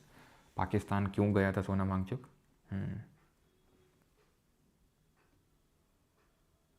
मतलब पाकिस्तान गए थे, ठीक है, एंटी नेशनल है जो भी है, ठीक है, लेकिन ठीक है, इफ़ योर लॉजिक इज़ कि वो पाकिस्तान गया था, सो माई क्वेश्चन इज़ डिमांड सही है कि नहीं है उनके लोगों की? द क्वेश्चन इज़ दिस, ठीक है। आई एम नॉट सेइंग इसे शेड्यूल में डालना ही चाहिए, लद्दाख को नहीं डालना चाहिए, लेकिन उनकी कॉज ऑफ कंसर्न क्या है उस पर भी हमें फोकस करना चाहिए। उनकी कॉज ऑफ कंसर्न्स हैं, ठीक है, डेफिनेटली एवरी वन वॉन्ट्स कि भाई वहाँ पे चाइना है, लद्दाख में चाइना बहुत पास है। एक्साई चिन was the part of initially, अगर प्रेजेंट डे हम देखें तो लद्दाख का ही, तब तो जम्मू कश्मीर होता था, ठीक है, पूरा स्टेट। तो वहाँ पर है वो कि भाई चाइना का अगर हम बोल रहे हैं इन्फ्लुएंस, ठीक है, और वो, लेकिन ये जो इन लोगों की जो कंसर्न्स हैं वो भी दे सीम टू बी लॉजिकल। अब पाकिस्तान क्यों गया था और गया था मुझे नहीं पता, आप लोगों को ज़्यादा पता होगा। तो खैर 7th शेड्यूल पे आते हैं अभी, शेड्यूल्स ऑफ इंडियन कॉन्स्टिट्यूशन में 7वीं अनुसूची में। तो आप ये समझ गए हैं कि यहाँ पर 5th में बनती है ट्राइबल एडवाइजरी काउंसिल, रिकमेंडेटरी होती है मतलब पावर, ठीक है। ऑटोनमस डिस्ट्रिक्ट काउंसिल की बहुत ज़्यादा होती हैं पावर, ठीक है। ओके, तो ऑटोनमस डिस्ट्रिक्ट जो काउंसिल होती हैं एडीसी, इनकी बहुत ज़्यादा पावर होती हैं, right. Sir why south Indian states are not included in the 5th schedule? तो वहाँ पर नहीं है ऐसा कोई ट्राइबल ग्रुप, तो इसलिए नहीं है। आलू के पराठे खाने गया, अच्छा आलू के पराठे खाने गया था, हाँ। कल को पा के मिल गए तब, अरे क्या भाई सोना मांगचो क्या उठा के ले जाएगा क्या पाकिस्तान? चलो भाई, तो खैर मतलब मेन वो होना चाहिए ना कि भाई आप बिठा के बात करो, वो सारी चीज़ें, खैर जो भी हो, मुझे क्या ही लेना देना, ठीक है। तो क्योंकि लेना देना तो होता है, लेकिन मैं डिस्कस इसलिए नहीं करता हूँ क्योंकि तुम लोग क्या है ना, तुम लोग का ब्लैक एंड वाइट चीज़ें चलती हैं। अगर मैंने कुछ इसके फेवर में बोल दिया तो सर लगता है भक्त हैं बीजेपी के, इसके बारे में लगता है सर कांग्रेस ही हैं सर। तो इसलिए मैं इन चीज़ों पर कॉमेंट्री करना नहीं चाहूँगा, ठीक है। मतलब सीडीएस वाले स्टूडेंट होते हैं, सीडीएस ये पे, वहाँ तो मैं कर देता हूँ बिकॉज थोड़े से मेच्योर ज़्यादा मुझे लगता है वो, बाकी यहाँ मैं अवॉइड ही करता हूँ क्योंकि तुम लोग के लिए चीज़ें ब्लैक एंड वाइट में चलती हैं। तो शेड्यूल 7 पे आते हैं, ठीक है। शेड्यूल 7 की अगर बात करूंगा तो यूनियन लिस्ट, स्टेट लिस्ट और कॉन्करेंट लिस्ट, 3 लिस्ट दी हुई है इसमें। क्या है ये लिस्ट? तो इन लिस्ट में कुछ सब्जेक्ट लिखे हुए हैं। क्या है ये सब्जेक्ट? वो चीज़ें जिस पे कानून बनाया जा सकता है, केंद्र के द्वारा तो वो यूनियन लिस्ट में, राज्य के द्वारा तो उस राज्य सूची में, और अगर दोनों के द्वारा तो समवर्ती सूची में, ठीक है। अगर केंद्र के द्वारा कानून बनाया जा सकता है तो संघ सूची, अगर राज्य के द्वारा बनाया जा सकता है तो राज्य सूची में वो सब्जेक्ट है, और अगर दोनों के द्वारा बनाया जा सकता है तो कॉन्करेंट लिस्ट में, समवर्ती सूची में उसको रखते हैं। ओके, तो पहले इसमें 97 सब्जेक्ट हुआ करते थे, अभी 100 ऐसे सब्जेक्ट हैं जिसमें कि पार्लियामेंट लॉ बना सकता है। स्टेट लिस्ट में ओरिजिनली 66 थे, अभी 61 है, और कॉन्करेंट लिस्ट में अगर बात करेंगे तो 47 थे ओरिजिनली और अभी 52 हैं टोटल। तो यूनियन लिस्ट में 97 सब्जेक्ट्स थे, अभी 100 हैं। स्टेट लिस्ट में 66 थे, अभी 61 है, और कॉन्करेंट में 47 थे और अभी 52 हैं, ठीक है। यानी कि यूनियन कॉन्करेंट में बढ़े हैं, स्टेट में घटे हैं। तो समझ में आया, यूनियन लिस्ट में जितने भी सब्जेक्ट है उस पर सिर्फ देश की संसद कानून बना सकती है। स्टेट लिस्ट में जितने भी सब्जेक्ट है उस पर राज्य का विधानमंडल कानून बना सकता है, और कॉन्करेंट यानी समवर्ती में दोनों बना सकते हैं। लेकिन अब हम देखेंगे कि अगर दोनों ने बना दिया तो क्या होगा। तो ध्यान रखना, अगर, ठीक है, अगर दोनों ने बना दिया तो सेंटर का प्रिवेल करता है। अभी क्वेश्चन पूछा गया था, सेंटर का प्रिवेल करता है। अभी सवाल पूछा गया था, आई थिंक स्टेनो में, सीजीएल के प्री में, एंड दैट वाज कि किस केस में स्टेट का प्रिवेल कर जाता है। मतलब मैंने बोला कॉन्करेंट में दोनों बना सकते हैं, केंद्र भी और राज्य भी, लेकिन अगर दोनों ने बना दिया तो केंद्र का चलेगा, राज्य का नहीं। लेकिन राज्य का चलेगा सिर्फ एक कंडीशन में, चल सकता है लेकिन सिर्फ एक कंडीशन में, तब चल सकता है जब उस बिल को, जो भी कोई भी कानून बनता है तो पहले बिल आता है ना, तो उस बिल को राष्ट्रपति के लिए रिजर्व करके रखा गया था। राष्ट्रपति ने, ठीक है, बिल एसेंटेड बाय प्रेसिडेंट, उस पर सहमति दी राष्ट्रपति ने, ठीक है। जब हम पढ़ेंगे तो हम देखेंगे कि कोई भी बिल कानून तभी बनता है, विधेयक कानून तभी बनता है, कोई बिल एक्ट तभी बनता है, लॉ तभी बनता है जब उस पर राष्ट्रपति ठप्पा लगाता है केंद्र में। राज्य में राज्यपाल ठप्पा लगाता है, लेकिन कुछ राज्य के ऐसे विधेयक होते हैं जिसमें कि राष्ट्रपति ठप्पा लगाता है। तो अगर ऐसा कोई स्टेट का बिल है जो कि कंकरेंट लिस्ट के सब्जेक्ट बनाया गया और उस पर राष्ट्रपति ने ठप्पा लगाया तो प्रिवेल कर सकता है वो, ठीक। अब यूनियन लिस्ट में कौन कौन से सब्जेक्ट हैं, स्टेट लिस्ट में कौन कौन से सब्जेक्ट हैं और कॉन्करेंट में कौन है वो देखिए। अब 100 सब्जेक्ट हैं, 100 तो याद कर नहीं पाओगे यूनियन लिस्ट के, तो जो इंपॉर्टेंट वाले हैं वो यहाँ पर मैंने लिख दिए हैं। ठीक, इंपॉर्टेंट वाले यहाँ पर मैंने लिख दिए हैं, जैसे defence, arms and ammunition, atomic energy, citizenship, airways, interstate trade and commerce. जहाँ पर भी इंटरस्टेट दिखे ना, इंटरस्टेट यूनियन मारना सीधे, इंटरस्टेट कहीं दिखे यूनियन मारना, ठीक है। ज़्यादातर जगहों में आपको यूनियन ही देखने को मिलेगा। Banking, foreign affairs, labour and mine, census, ठीक है, सेंसस हो गया, ये सब आएंगे इसी में, एक्सेट्रा। स्टेट लिस्ट में public order, local government, health, pilgrimage, liquor and दारू, agriculture, fisheries, betting and gambling, ठीक है। लैंड हो गया, लैंड लैंड है यहाँ पर नहीं लिखा है, लैंड भी लिख लो, तो वो सब इसमें आएगा स्टेट लिस्ट में।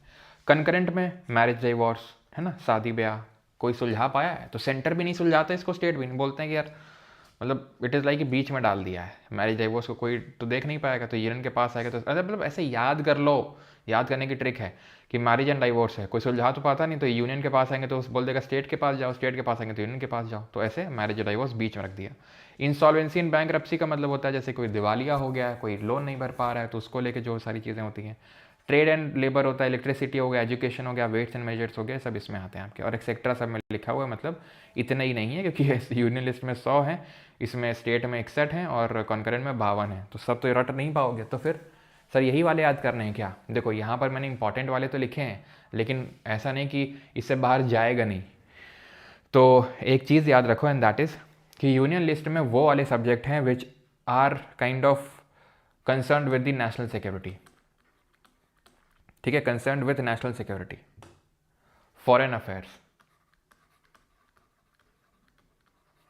ठीक है, foreign affairs, then they are very kind of, ठीक है, नेशनल सिक्योरिटी से एसोसिएटेड हैं, फॉरेन अफेयर्स से एसोसिएटेड हैं, ठीक है, और बहुत ही ज़्यादा एक्सपेंसिव हैं, यानी कि नेशनल सिक्योरिटी, फॉरेन अफेयर्स, ये सब स्टेट लिस्ट में आएंगे। जैसे लोकल लोकल लेवल पे जो चीज़ें हैं, लोकल लेवल पे चीज़ें हैं, लैंड से, ज़मीन से जुड़ी हुई चीज़ें, ये आसमान से जुड़ी हुई चीज़ें, ये ज़मीन से, ये क्या है, पुल है एक तरीके का, दोनों के बीच में ब्रिज है। Land, local land, police, agriculture, ठीक है, हेल्थ, ये सारी चीज़ें इसमें आएंगी।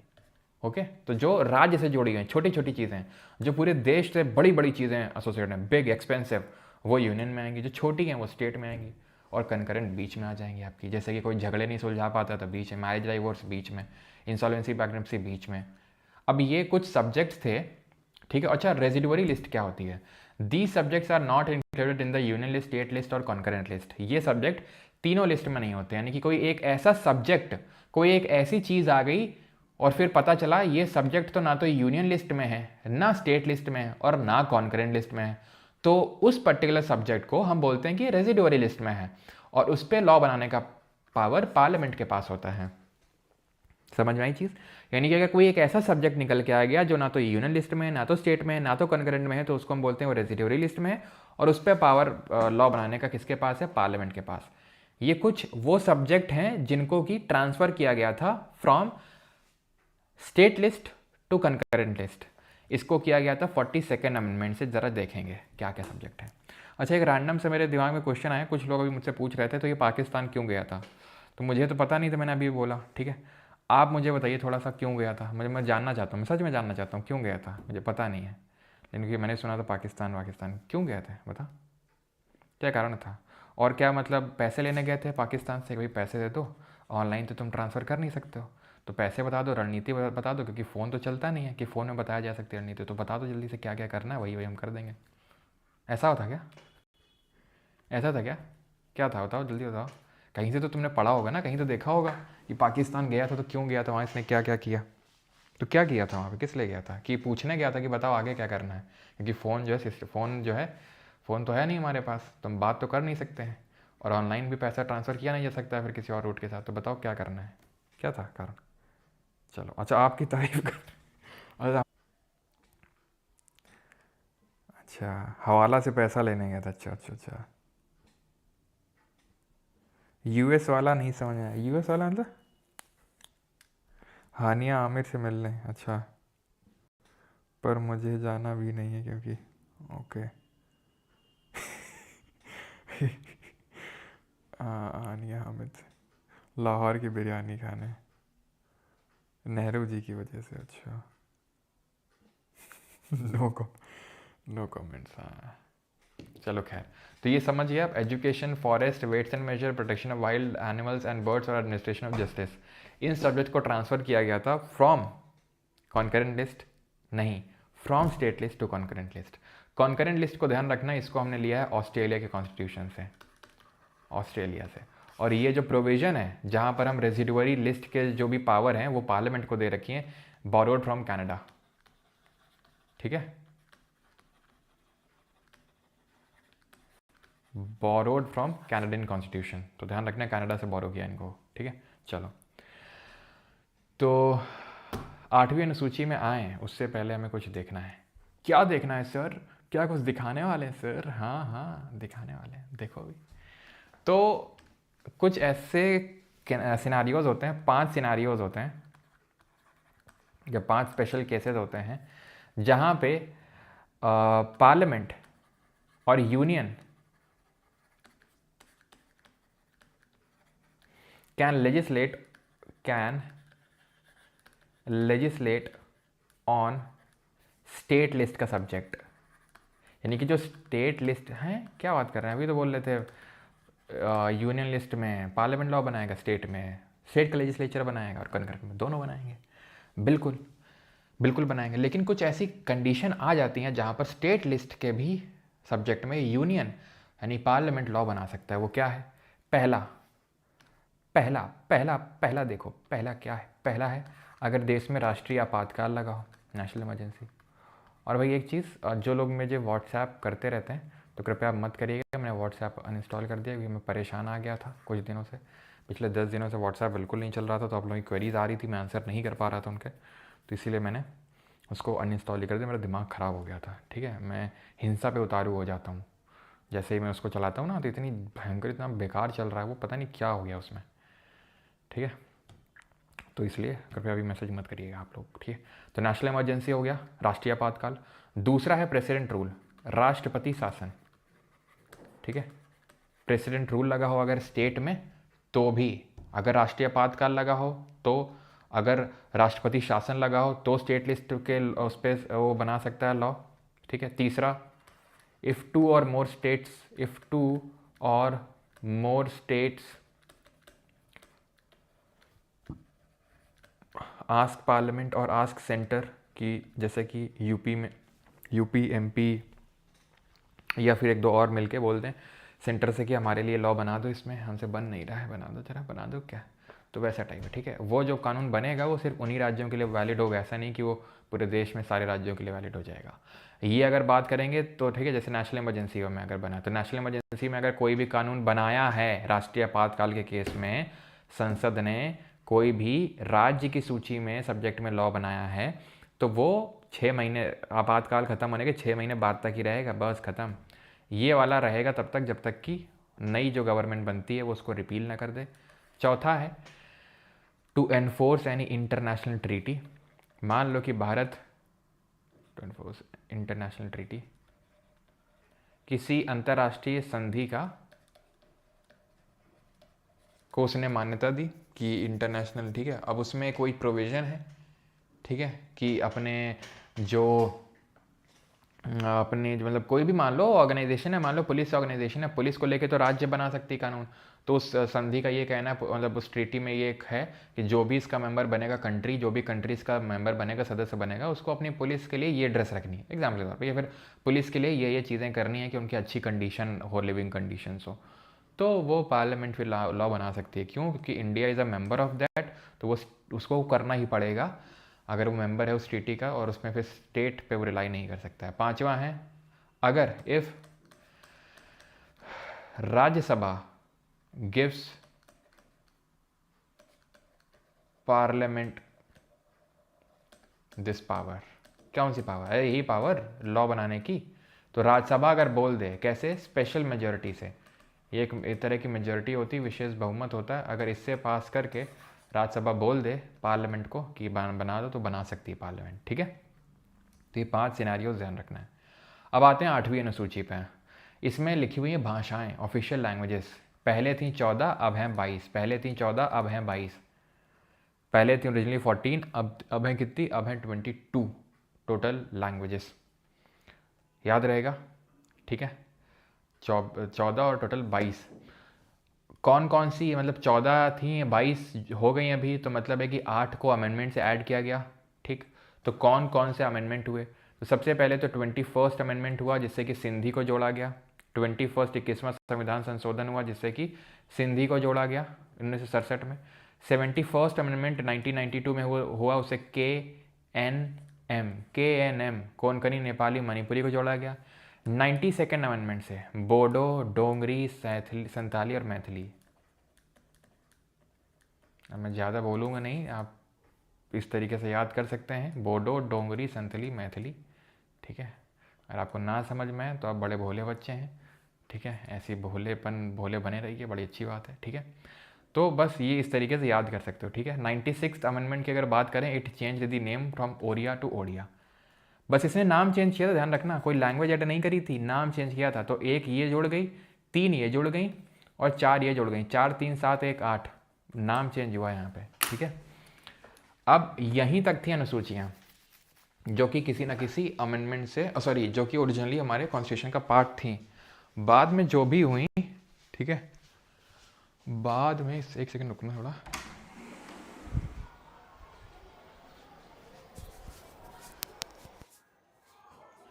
तुम लोग को आवाज़ आ रही है अभी? मैं काफ़ी दूर हूँ अभी।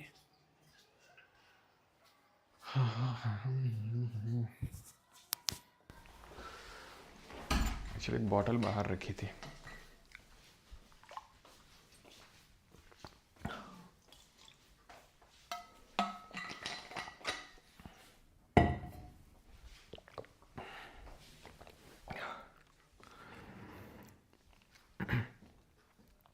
चलो भाई, तो अच्छा अन्वेष तुम भोले हो गया, आ रहा है इधर जी, okay okay okay okay.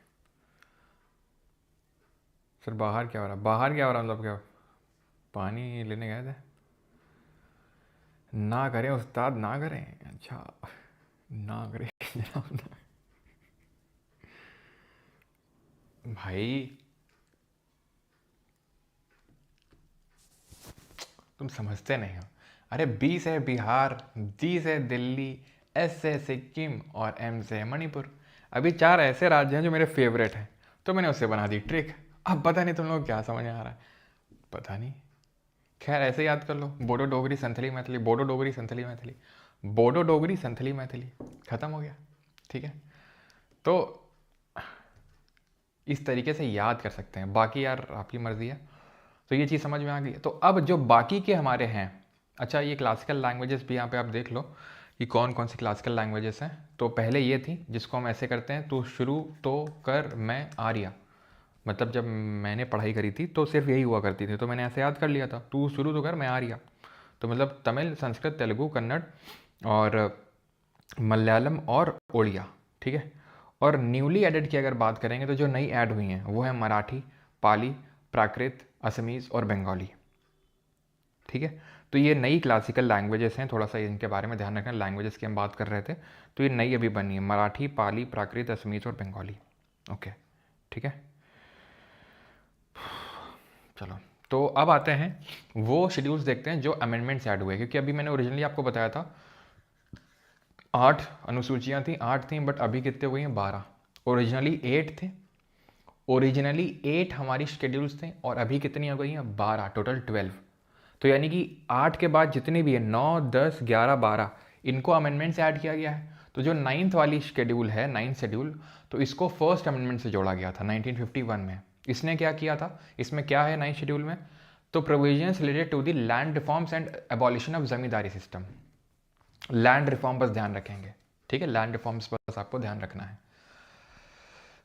Again मुझे पता है कुछ लोग जो पहले अगर सीधे साले में पढ़ चुके हैं या फिर पहले से उनसे पढ़ चुके हैं, फिर कहीं से भी, तो अगर आपके दिमाग में आ रहा है IR कोयलो केस, तो वो अभी मैं सोच रहा हूँ आपको ना बताऊँ, नहीं तो फिर IR Coelho, Kesavananda, basic structure, वो सारी चीज़ें होंगी, तो अभी नहीं करते हैं, ठीक है। तो इसमें आपको चीज़ें बताऊँगा IR कोयलो केस के बारे में, जिसको 9th शेड्यूल केस बोलते हैं, लेकिन अभी नहीं, बाद में, ठीक है। 10वीं अनुसूची में provisions relating to the disqualification of MPs, that is member of parliament, and MLAs that is विधायक on the grounds of defection. So D से डिफेक्शन याद रखिएगा. यहाँ पर defection is a keyword, remember this keyword. यहाँ पर land reforms is the keywords and remember this keyword. क्यों? Because अभी आगे आपको पता चलेगा. 11th और 12th. ओके अभी मैंने आपको बोला कि 8 तक थे, 9, 10, 11, 12 अमेंडमेंट से जोड़ा गया. तो 9वें को फर्स्ट अमेंडमेंट से, 10वें को 52nd अमेंडमेंट से जोड़ा गया जो 1985 में हुआ. 11th वाले को 73rd और 12th वाले को 74th अमेंडमेंट से जोड़ा गया. 11th वाले में provisions relating to the panchayat है और 12th वाले में प्रोविजंस रिलेटिंग टू म्यूनिसिपैलिटी है. इसमें 29 फंक्शनल मैटर्स हैं, यानी वो मैटर्स जिसपे कि पंचायत चीज़ों को देख रेख करता है, सारा कुछ देखने का काम होता है. और 18 फंक्शनल मैटर्स हैं पार्ट नंबर, मतलब इसमें शेड्यूल नंबर 12 में म्यूनिसिपैलिटी को लेके. मैं फिर से रिपीट करता हूँ, मैंने क्या बोला, आप आंखें बंद करिए थोड़ा. 8 शेड्यूल पहले से थे, 4 बाद में ऐड हुए. 9, 10, 11, 12.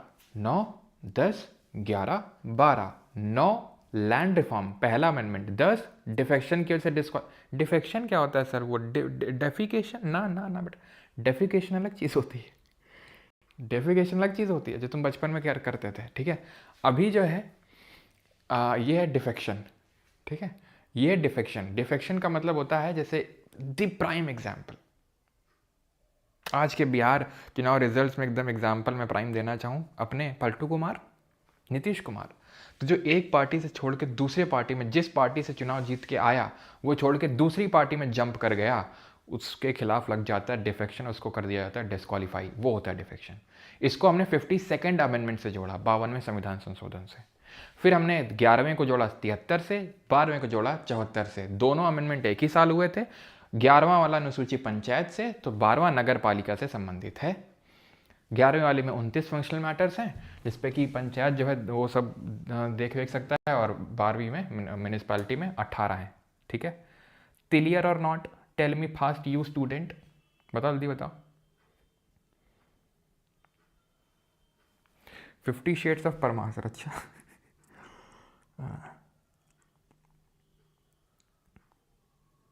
सुशासन बाबू हैं. अच्छा सुशासन बाबू हैं, ओके. हाँ हाँ, आंखें खोल लो भाई, खोल लो आंखें. बंद किए हो गया अभी भी. लाइव कैप्शंस, लाइव मेरे कैप्शंस नहीं आते हैं सर. लद्दाख को शेड्यूल 5 में तो दे सकते हैं ना, है नहीं? हाँ दे तो सकते हैं, लेकिन 5 में चाहिए ही नहीं ना, क्योंकि पहले से वहाँ पर पहले से ही ऑटोनमस डिस्ट्रिक्ट हिल काउंसिल चलती है. समझ रहे हो? पहले से है वहाँ पर, लेकिन ऑटोनमस डिस्ट्रिक्ट काउंसिल नहीं है 6th वाली. ऑटोनमस डिस्ट्रिक्ट हिल काउंसिल है, तो वो चाहिए नहीं 5th वाला. तो उसको अभी डिफेक्शन में पढ़ा नहीं रहा हूँ, आपको ध्यान रखिएगा. डिफेक्शन डिटेल में पढ़ेंगे, और वो भी जब हम डिस्क्वालिफिकेशन पढ़ रहे होंगे पार्लियामेंट वाले चैप्टर में, तो वहाँ देखेंगे. अभी मैंने कुछ डिफेक्शन में बस इतना बताया तुमको कि पलटू राम टाइप जो होते हैं उनको डिस्क्वालीफाई कर दिया, उसको हम डिटेल में पढ़ेंगे. ये पंचायत और नगर पालिका अलग से चैप्टर हैं ये, जिनको हम लास्ट में पढ़ेंगे.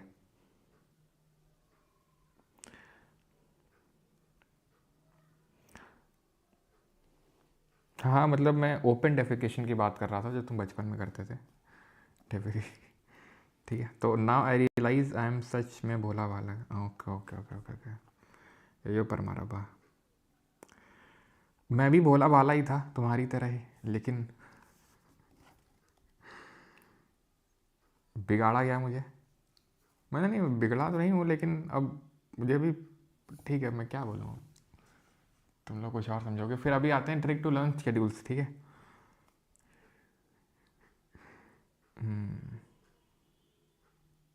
चलिए भाई, तो अभी आते हैं इस पर ट्रिक टू लर्न शेड्यूल्स पे. आ जाएं, देखें. अब मैं बता इसलिए देता हूँ बिकॉज वो याद करने में आसानी होती है.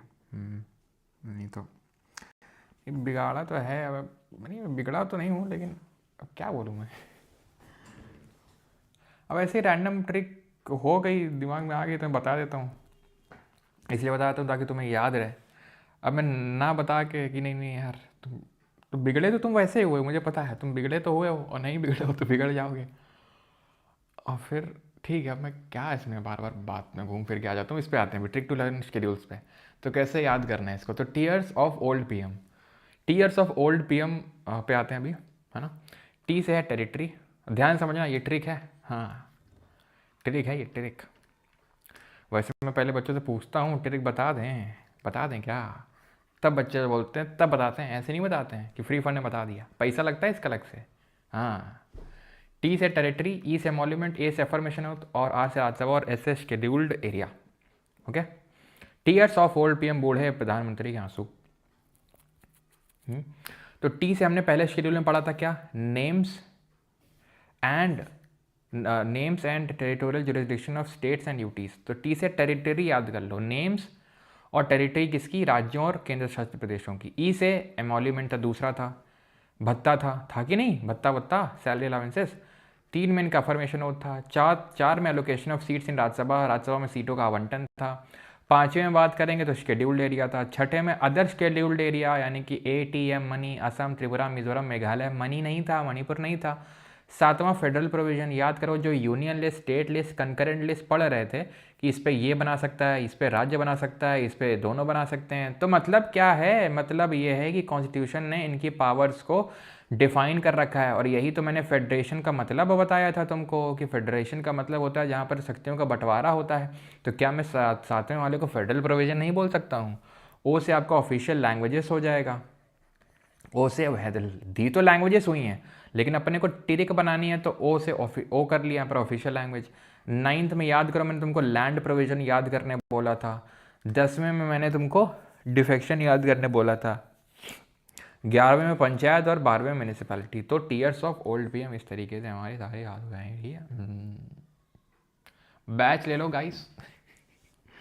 बैच में जो है आपको मिलेंगे क्या, रिकॉर्डिंग मिलेंगे, रिकॉर्डेड लेक्चर्स मिलेंगे, ठीक है, प्लस कैनवा नोट्स मिलेंगे, प्लस डेली क्विज मिलेगी, प्लस वीकली क्विज मिलेगी, प्लस प्राइवेट टेलीग्राम ग्रुप का एक्सेस मिलेगा, प्लस उसी में आपको करंट अफेयर मिलेगा, प्लस प्लस प्लस बस, ठीक है। तो फीस आपको पता है कितनी है। और बाकी आप जीके का मतलब इंग्लिश का भी लेना चाहते हैं ले सकते हैं, दोनों लेसन, ये कंप्यूटर का है PC 2.0, दोनों लेना चाहते हैं इंग्लिश और जीके तो आप परमार 4.0 कूपन का यूज़ करके ले सकते हैं। किसी ने पैसा भेजा लग रहा है, एक सेकेंड, चला क्यों गया क्या कमेंट, एकदम चल क्यों नहीं रहा भाई? है किसने क्या बोला था, नरेंद्र दास मोदी, ये क्या है, क्या हो गया? Message deleted by Parmar SSC। अच्छा,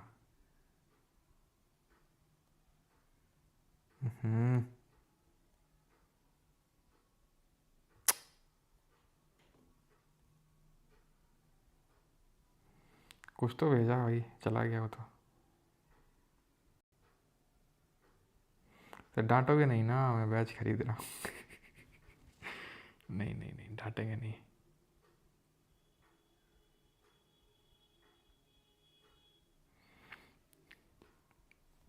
क्या साइको आया था क्या कोई? अच्छा मोदी जी आए क्लास में, ओके ओके ओके, चलो। अच्छा गलत कमेंट था, अच्छा इसको तो फांसी होनी चाहिए। अच्छा साइको होगा, साइको हमारे बीच में मौजूद होते हैं। इनको क्या ना, इनके माँ बाप को अगर याद हो गए तुम, ठीक है, इनको कुछ फ़र्क नहीं पड़ता है, होते हैं ऐसे साइको टाइप। कुछ ज़्यादा पड़ेगा उनको, सबको पड़ता है, नहीं पड़ेगा उतना नहीं पड़ेगा। लेकिन अगर तुमने इनकी पॉलिटिकल पार्टी के आका को अगर गिरा दिया, बेटा तुम्हारी जान तक ले सकते हैं ये, इतने साइको होते हैं ये हमारे बीच में मौजूद होते हैं। ये आपको नॉर्मल से दिखते हैं, इनकी पहचान यही होती है, नॉर्मल से दिखेंगे, तुम ज़रा सा बोल दो, जो भी तुम पहले भी जान लो इनकी पॉलिटिकल पार्टी कौन है, बीजेपी, कांग्रेस, आम आदमी पार्टी जान लो, फिर थोड़ा सा कुछ बोल दो भाई ये मारा कुटाई में उतारू हो जाते हैं। लेकिन पहले तुम इनके मम्मी पापा के बारे में बोल दो तो पहले तुमको वार्न करेंगे, बोल मत देना भाई, क्या बोल रही है फालतू बात। और तुमने अगर इनकी पॉलिटिकल पार्टी की बात बोल दो, अरे भाई साहब या आउट ऑफ माइंड हो जाते हैं एकदम। हाँ ये होते हैं हमारे पॉलिटिकल साइकोस, बच के रहा करो इनसे। कभी डिबेट मत किया करो ऐसे लोगों से कि नहीं नहीं भाई ये विकास नहीं हो रहा, या फिर ये कांग्रेस नहीं कर रही है, बीजेपी, ना ना ना ना, कभी ये सब चीज़ें मत किया करो। जहाँ से हाथ धो सकते हो भाई, ये साइको होते हैं। ये जो है सिर्फ अपनी पॉलिटिकल पार्टी के लिए लॉयल होते हैं और किसी के लिए लॉयल नहीं होते हैं ये,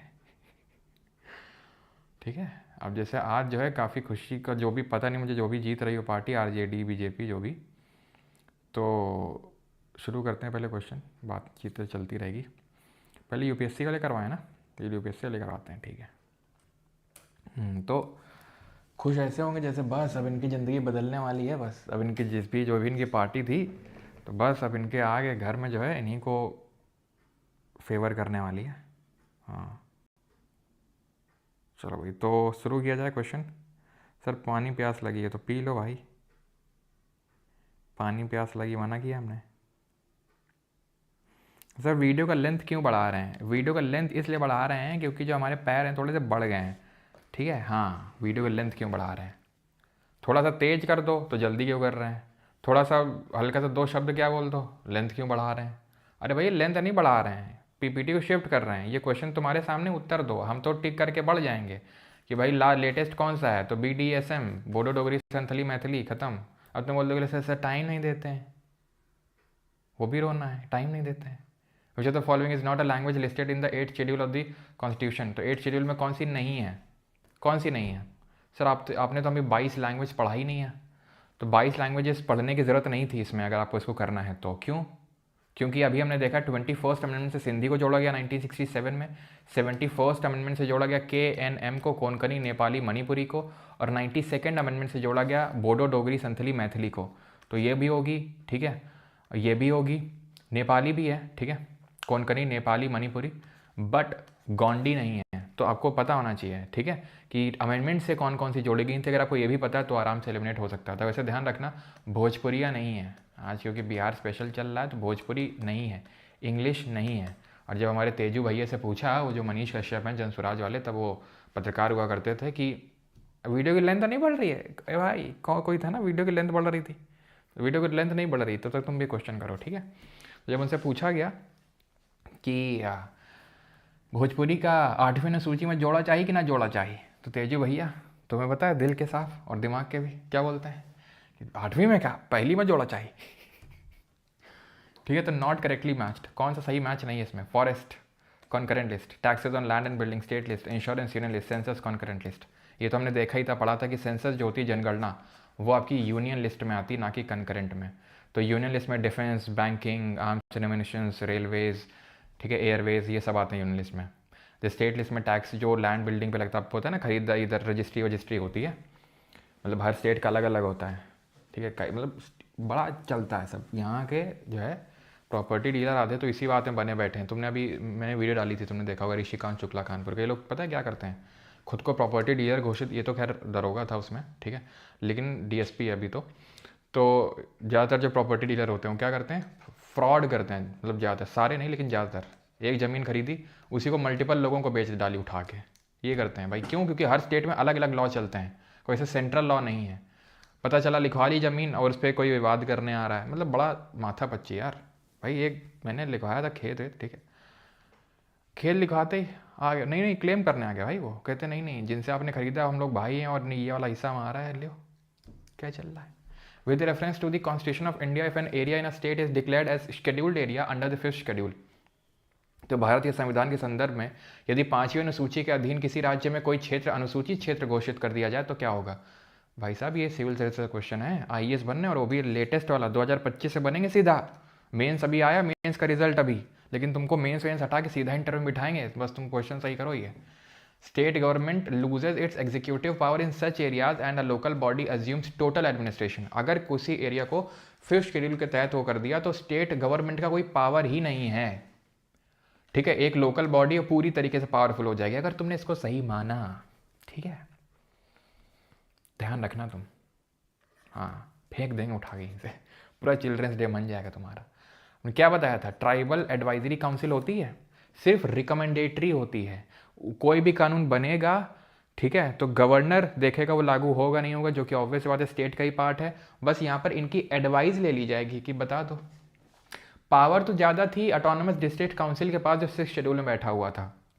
union government can take over the total administration of such areas under certain circumstances on the recommendation of the governor. बताया था कि गवर्नर रिपोर्ट भेजता है प्रेसिडेंट को, हर साल भेजता है, हाँ या ना। अगर भेजता है और अगर मान लो किसी वर्ष नहीं भेजी, कुछ ऐसा हो गया, तो कुछ ऐसे सर्कमस्टांसेस में यूनियन कंट्रोल ले सकता है, नहीं ले सकता है कि नहीं ले सकता है, नहीं ले सकता है कि नहीं ले सकता है, बताइए भाइयों बहनों। तो ऑप्शन नंबर बी आंसर नहीं हो जाएगा। बताइए, आप बन गए IAS के नहीं बन गए आप छोड़िए इंटरव्यू, आप सीधा अपॉइंटमेंट लीजिए, बताइए कहाँ का बनना चाहते हैं कलेक्टर। तो not a feature of Indian federalism. निम्नलिखित में से कौन सी भारतीय संघवाद की विशेषता नहीं है, बता। What is not the feature of the Indian federation?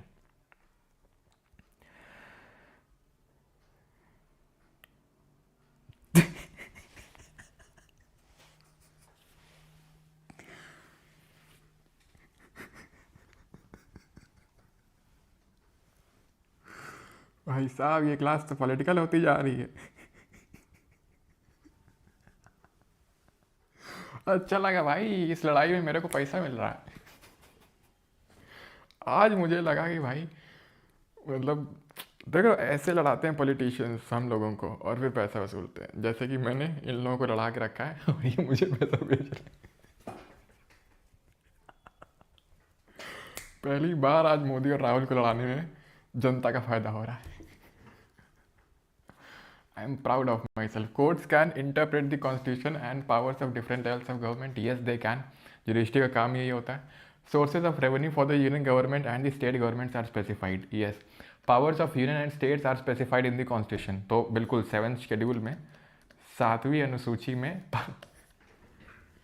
Power specified है। Indian federation is not based on the principle of separation of power, because India में डिवीजन ऑफ फंक्शंस है rather than separation of power, और strict separation of power नहीं है। और क्योंकि हो सकता है सर आपने तो बोला सेपरेशन ऑफ पावर, क्योंकि ये तो है ही पूरी तरीके से, ठीक है, फेडरलिज्म का पार्ट है, लेकिन सेपरेशन ऑफ पावर में अब चारों तो नहीं हो सकते ना सर, क्योंकि ये तीनों तो पूरी तरीके से सही है। थोड़ा थोड़ा सही है ये, लेकिन अगर हम इसमें गलत का एंगल देखें तो वो ये है कि इंडिया में स्ट्रिक्ट सेपरेशन ऑफ पावर नहीं होता, इंस्टेड डिवीजन ऑफ फंक्शन होता है, तो इसलिए मैं इसको गलत मानूंगा, ठीक है। Which of the following is और are sources of law in India. तो भारत में विधि के स्रोत क्या हैं? संविधान है, स्टैट्यूट है, क्या है?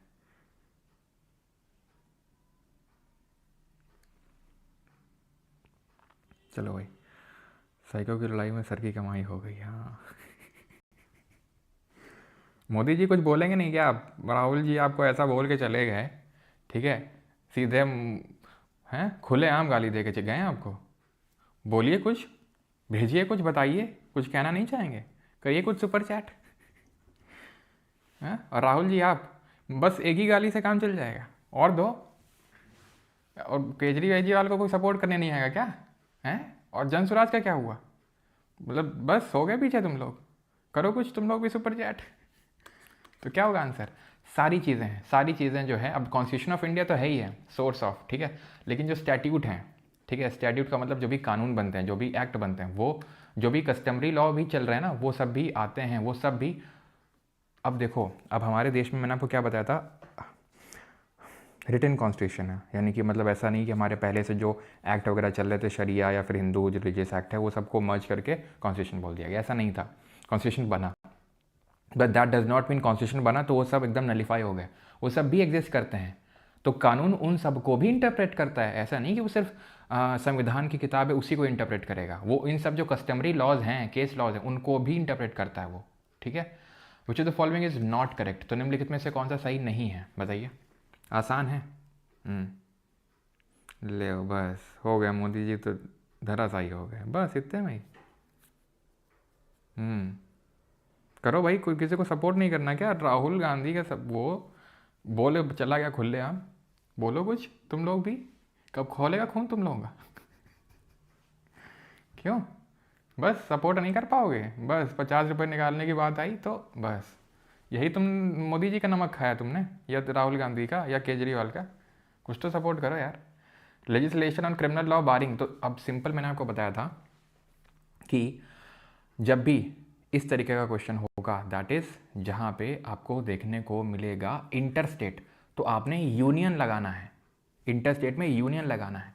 तो legislation on criminal law, civil law, criminal law, civil law, ये सब स्टेट लिस्ट कॉन्करेंट में जाएगा, ठीक है। देन अगर बात करेंगे बैंक्रप्सी इंसॉल्वेंसी, कॉन्करेंट में जाएगा। बैंकिंग तो ये एक्सक्लूसिवली यूनियन लिस्ट का ही सब्जेक्ट है। Criminal law is exclusively a subject of under the state list of the constitution of India. यहाँ क्या था? Legislation criminal law bearing exception, ठीक है, नहीं अगर कुछ एक्सेप्शंस को हटा दें तो वो आएगा इस। अच्छा, इंटरस्टेट ट्रेड और कॉमर्स ये क्यों इसमें आता है आपका? दैट इज यूनियन लिस्ट की अगर हम बात करेंगे तो, क्योंकि अगर मान लो मल्टीपल स्टेट का इन्वॉल्वमेंट है, ठीक है, तो ऐसे केसेस में फिर दोनों अपने अपने हिसाब से कानून बनाएंगे तो अलग अलग लॉ हो जाएंगे। तो इसलिए ऐसी चीज़ों को इंटरस्टेट वालों को, ज़्यादातर चीज़ों को यूनियन के तहत रखा जाता है। ठीक है, अभी आपको लॉजिक समझ में आया। Criminal law is exclusively a subject under the state list of the constitution, ये CDS 2/2024 में क्वेश्चन पूछा गया है। And code of civil procedure falls under the concurrent list. तो अभी हमने देखा कि स्टेट लिस्ट का नहीं सर, ये कॉन्करेंट का है। क्रिमिनल लॉ, सिविल लॉ, ये आपका कॉन्करेंट लिस्ट में आता है। ठीक है, तो ये आपका कॉन्करेंट लिस्ट का सब्जेक्ट होगा। And code of civil procedure falls under the concurrent list, ये सही है आपका, option number B would be the correct answer. Okay okay, अगला है as per the state list under the 7th schedule of the constitution of India the states have jurisdiction over agricultural land in connection with which of the following subjects: taxes on agriculture income, duties in respect of succession end of agriculture land, estate duty in respect of agriculture land. बताइए as per. ठीक, बताओ। तो इसमें question क्या पूछ रहा है? The states have jurisdiction over agriculture land in connection with which of the following subject. तो स्टेट का जो है कंट्रोल होता है एग्रीकल्चरल लैंड में। ये थोड़ा सा डिफिकल्ट क्वेश्चन है, किस किस तरीके की लैंड में अगर बात करें तो टैक्सेस ऑन एग्रीकल्चरल इनकम, बिल्कुल। Duties in respect of succession of agricultural land, यानी कृषि भूमि के उत्तराधिकार के संबंध में शुल्क जो लिया जाता है कि भाई अगर आपके पेरेंट्स से, मतलब पेरेंट्स से बच्चे को ट्रांसफ़र हो रही है तो उसमें भी टैक्स लगता है, हर चीज़ में टैक्स है। और वो ये जो वाला टैक्स है जो एग्रीकल्चरल लैंड का है वो सब स्टेट गवर्नमेंट को जाता है। ठीक है, तो option number D. Which of the following languages was added to the 8th schedule by the amendment in 1967। तो 1967 में कौन सा अमेंडमेंट हुआ था? तो दैट वाज 21st अमेंडमेंट। ठीक है, 21वां संविधान संशोधन। आशीष यादव ने 20 किए। किसके सपोर्टर हो? बता तो दो भाई, सपोर्टर किसके हो? तो 21st अमेंडमेंट की अगर बात करेंगे 21वें संविधान संशोधन की, तो ये सिंधी लैंग्वेज ऐड हुई थी, है ना। 71st से KNM, कोनकरी, नेपाली और मणिपुरी ऐड हुई थी। और अगर बात करेंगे, ठीक है, और बात करेंगे 92nd अमेंडमेंट की, तो बोडो, डोगरी, संथली, मैथिली 13th पे आते हैं अभी। Consider the following pairs of schedule, और इसको मैच करना है, करो मैच। राहुल जी शादी कब करेंगे? लो, शादी तक बात आ गई राहुल जी, अब देख लीजिए आप। शादी तक बात चली गई है, अब ये जो है ओवर हो गया राहुल जी, आपको जवाब देना पड़ेगा। अब आपको जवाब देना पड़ेगा राहुल जी, शादी तक बात जा रही है। फर्स्ट शेड्यूल, तो tears of old PM, TEARS, ठीक है, ऑफ ओल्ड LR आता है इसमें, याद करो, मैं यहाँ पे लिखता हूँ टीयर्स ऑफ ओल्ड PM। पहला शेड्यूल, दूसरा, तीसरा, चौथा, पाँचवा, छठा, सातवां, आठवां, नौवां, 10वां, 11वां, 12वां। तो L से लैंड था 9वां। ठीक है, तो लैंड से संबंधित था ये territory, allocation of seats in Rajya Sabha, council of state को ही राज्यसभा बोला जाता है। तो ये चौथा शेड्यूल हो जाएगा, ये आपका चौथा शेड्यूल हो जाएगा। गलत है, अच्छा पूछ रहा है सही मैच कितने हैं यहाँ पर। पहला टेरिटरी, नेम्स और territorial jurisdiction of states and duties दिया हुआ है, तो ये नहीं है, बिकॉज ओथ एंड अफर्मेशन किस में है? ये है affirmation and oath, it is given in the 3rd schedule. 5th की अगर बात करेंगे तो 5th में शेड्यूल्ड एरियाज़ के बारे में दिया हुआ, provisions related to the administration of tribal areas in certain state, ये 6th में है।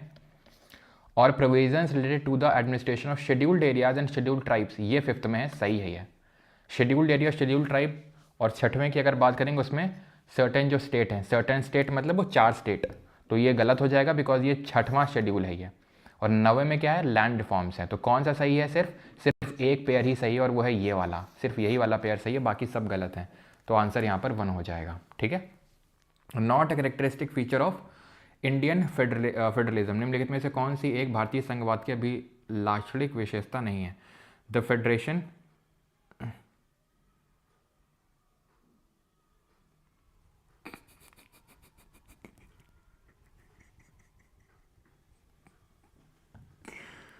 भाई सब क्या हो रहा है ये? तो इंडियन मेलोनी जी भी आ गई, लेकिन मेलोनी जी तमीज़ में रहिए, नहीं चप्पल से मार पड़ेगी आपको, ध्यान रखिएगा। ठीक है, तमीज़ में रह के बात करनी है यहाँ पे, हाँ ये ध्यान रखना। यहाँ फिर चाहे मेलोनी जी हो चाहे कोई हो, चप्पल से मार पड़ेगी फिर। The federating units consented to form a union, तो ये गलत होगा बिकॉज ये अभी हमने पढ़ा नहीं है, ध्यान रखना। ठीक है, इसको आप एलिमिनेट करके भी कर सकते हैं कि हमें पता है कि जो रेजिडुअरी पावर्स हैं वो सेंटर के पास हैं, यानी कि कोई भी ऐसा सब्जेक्ट जो यूनियन लिस्ट, स्टेट लिस्ट और कॉन्करेंट तीनों में नहीं है, तो वो रेजिडुअरी उसको हम लिस्ट बोलते हैं और उस पर सेंटर कानून बनाता है, पार्लियामेंट लॉ बनाता है। सिंगल सिटीजनशिप की अगर बात करेंगे, एकल नागरिकता की, तो ये कहाँ पे दिया हुआ है सिंगल सिटीजनशिप? ये दिया हुआ है भाई, फेडरेशन का पार्ट है। अभी मैंने आपको बताया था एकल नागरिकता होती है, जिसके बारे में हम पार्ट 2 ऑफ द कॉन्स्टिट्यूशन जब पढ़ेंगे तो वहाँ पे देखेंगे सिटीजनशिप के क्या क्या प्रोविजंस है, कैसे किसी देश की, मतलब कैसे भारत की नागरिकता मिलती है, कैसे जाती है, वो सारी चीज़ें। An extensive union list and concurrent list, this is also a part 7 schedule में। ये क्यों नहीं है, ये पढ़ाया नहीं अभी मैंने, जब मंडे वाली जो क्लास होगी उसमें हम पढ़ेंगे पार्ट 1 ऑफ द कॉन्स्टिट्यूशन में 19th। Not a feature of centralisation, यानी कि निम्नलिखित में से कौन सा केंद्रीकरण की विशेषता नहीं है। थोड़ा सा डिफिकल्ट क्वेश्चन है लेकिन करेंगे। ये नोटा वाला बटन कितने नंबर पे है जी? आज तो माहौल पूरा वेवी हो रखा है।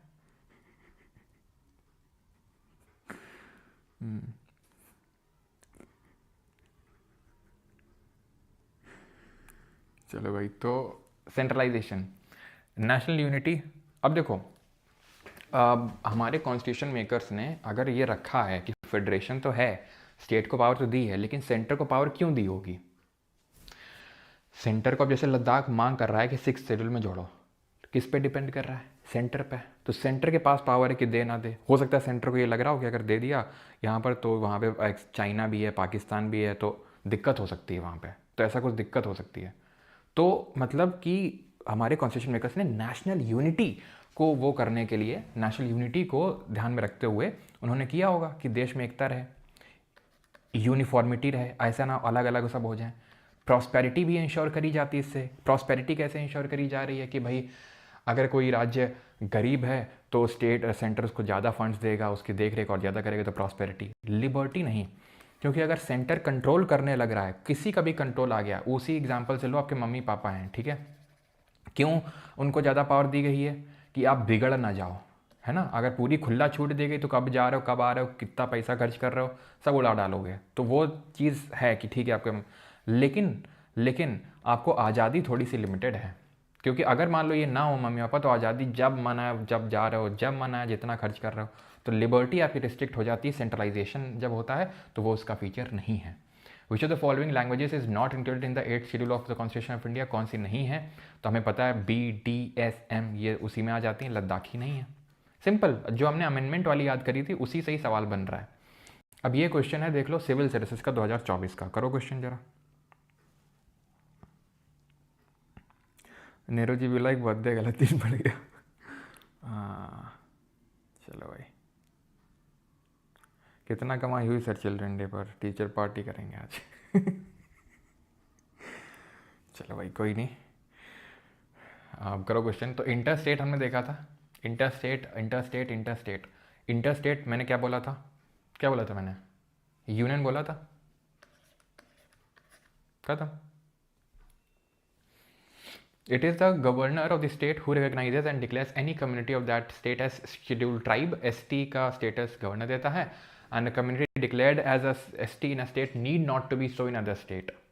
देखो, ST का जो स्टेटस है शेड्यूल्ड ट्राइब का, अनुसूचित जनजाति का, वो राज्यपाल देता है, बिल्कुल सही है। लेकिन ये बात, सॉरी क्या बोल रहा हूँ, मतलब प्रेसिडेंट देता है, राष्ट्रपति देता है, ना कि गवर्नर। लेकिन ये बात बिल्कुल सही है कि अगर ऐसा नहीं है कि अगर किसी को शेड्यूल ट्राइब बोला जा रहा है तो हो सकता है वो कहीं और ट्राइब ना हो, ये भी हो सकता है, ठीक है। तो बिल्कुल सही है ऑप्शन नंबर बी। ये आखिरी क्वेश्चन करो, ठीक है। उस 24-25 क्वेश्चन करते हैं, उसके बाद 25 तक, उसके बाद फिर वो SSC वाले करेंगे, ठीक है। करो।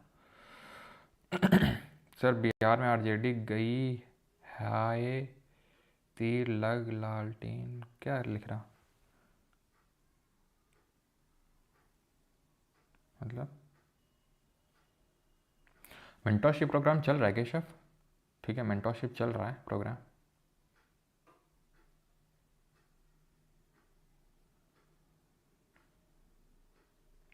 केशव चल रहा है भाई, वो तो जब रिजल्ट आएगा तब पता चलेगा मेंटरशिप में क्या चल रहा था। अच्छा, यहाँ पे हाँ। शादी खर्चा भी सब, और शादी से याद है, वो कल किसकी मम्मी थी यार, आशीर्वाद दे दिया था, वो बड़ा स्ट्रॉन्ग आशीर्वाद था यार, हैं, मतलब कल ही दिया और कल ही उसके हमें रुझान देखने को मिल गया भाई। मतलब मानना पड़ेगा, जिसकी मम्मी थी यार, मम्मी से बोलो थोड़ा इतना जल्दी भी आशीर्वाद नहीं देना था। मतलब मम्मी से बोलो आशीर्वाद दें जल्दी से 2 मिलियन हो जाए, ठीक है। वो वाला थोड़ा सा अभी के लिए होल्ड करके रखे mummy. Within a state the notification of an area as scheduled area takes place through an order of the president. Within state notification of scheduled area takes place through an order of the president. Yes, president का order चलता है, 5th schedule वाला याद करो, 5th schedule में president का चलता है। द लार्जेस्ट, तीसरा वाला पढ़ो, the chief minister of the concern state are required to submit annual report to the union home ministry. गलत है, पढ़ाए थे ना 5th शेड्यूल में, गवर्नर भेजता है प्रेसिडेंट को, ना कि चीफ मिनिस्टर होम मिनिस्टर को। तो ये तो हो जाएगा गलत, और ये भी हो जाएगा गलत, क्योंकि एक तो सही है ही। ठीक है, तो देख रहे हो सिविल सर्विस का क्वेश्चन है, बना पा रहे हो तुम लोग। Largest administrative unit forming the scheduled area is the district and the lowest is block. नहीं, lowest block cluster in the block, no it is not a cluster of villages. ये क्लस्टर ऑफ विलेजेस नहीं होता है। Largest administrative unit, ये थोड़ा सा difficult है statement no doubt, लेकिन ये गलत है, ओनली वन होगा, क्योंकि लार्जेस्ट एडमिनिस्ट्रेटिव यूनिट, ठीक है, वो डिस्ट्रिक्ट होती है, लेकिन लोएस्ट वाला आपका ये क्लस्टर ऑफ विलेजेस नहीं होता है, उसको तालुका बोलते हैं शायद, तालुका या ब्लॉक ही बोलते हैं मतलब, लेकिन क्लस्टर ऑफ विलेज नहीं होता है वो। बस एक और कर लो, ये भी सिविल सर्विसेज का है, देखा तो मैंने बताया था आपको, यूपीएससी में भर भर के पूछता है 5th और 6th शेड्यूल में। If a particular area is brought under 5th schedule of India, which one of the following best reflects the consequence of it. तो अगर 5वीं अनुसूची के तहत किसी को लाया गया तो क्या होगा उससे, करो जरा और उत्तर देना, और देखा देखी मत देना यार, ठीक है, सभी लोग देखा देखी मत देना, अपने आप से उत्तर देना।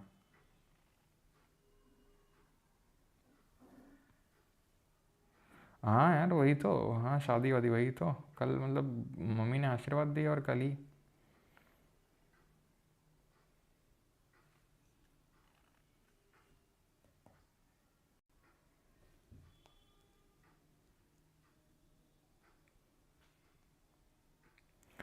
अच्छा केजरीवाल कमेंट कर रहे हैं राहुल भाई है अपना। हाँ तो भाई है अपना, तो मतलब क्या हुआ, तो भाई के सपोर्ट में कुछ सुपर चैट करो।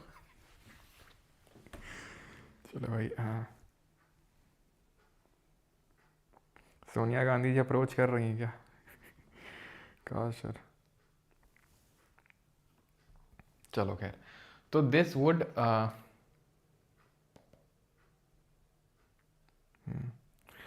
सो this would prevent the transfer of land from tribal to non tribal, यानी कि फिर इससे जनजातीय लोगों की ज़मीन गैर जनजातीय लोगों को नहीं दी जा पाएंगी। This would create a local self governing body in that area, वो एरिया यूटी बन जाएगा। एब्सर्ड है एकदम, the state having such area could be declared special category state, बिल्कुल नहीं, ऐसा कुछ नहीं पढ़ा है। हो सकता है आपको ए और बी में डाउट हुआ हो, मैं देखता हूँ कि क्या आपने आंसर दिया।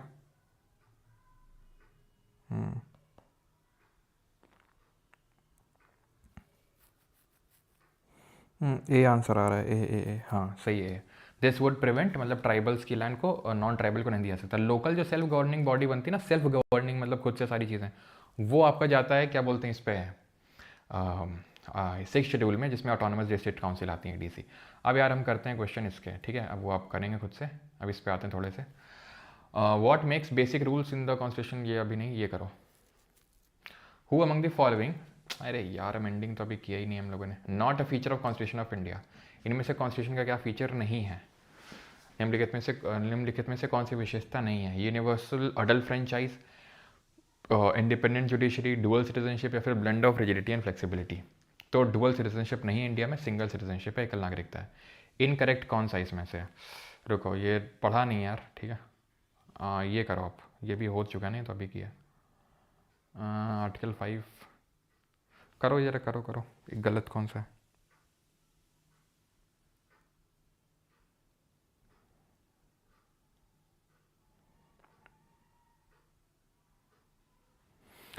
मेंटोरशिप प्रोग्राम कैसा है तुलसी जी की, उसमें कुछ स्टूडेंट रखे गए थे इनिशियली, जो लोग आए थे, उसके लिए कोई एक्स्ट्रा खर्चा नहीं था। क्या कहता था मेरी, कहाँ, तो उसके लिए कुछ लोग आए थे, मतलब सॉरी, बिना हमने कोई उसके लिए चार्ज नहीं किया था, और हमने स्टूडेंट्स को सेलेक्ट किया, फिर हमने कुछ टारगेट्स दिए, एंड टारगेट बेसिस पे जो पंक्चुअल रहे फिर हमने उनको अलग किया, और अलग करके क्या रिजल्ट आएगा वो रिजल्ट के बाद पता चलेगा आपको, तब बताएंगे, ठीक है।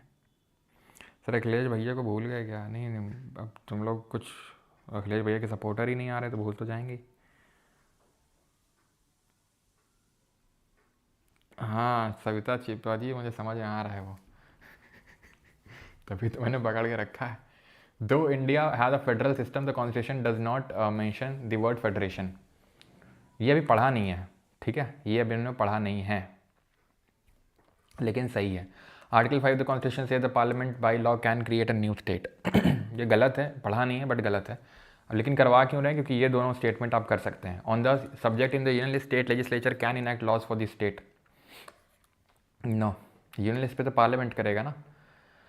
Both parliament and state legislature can pass laws and, बिल्कुल दोनों कर सकते हैं, लेकिन अगर दोनों ने कर दिया तो पार्लियामेंट का प्रिवेल करेगा, स्टेट का सिर्फ एक ही केस में करेगा अगर प्रेसिडेंट ने रिजर्व करके रखा था। तो इनकरेक्ट पूछा था, incorrect vis a vis features of the constitution, so 2 and 3 would be the correct. Option number B, ये हिंदी में रहा क्वेश्चन।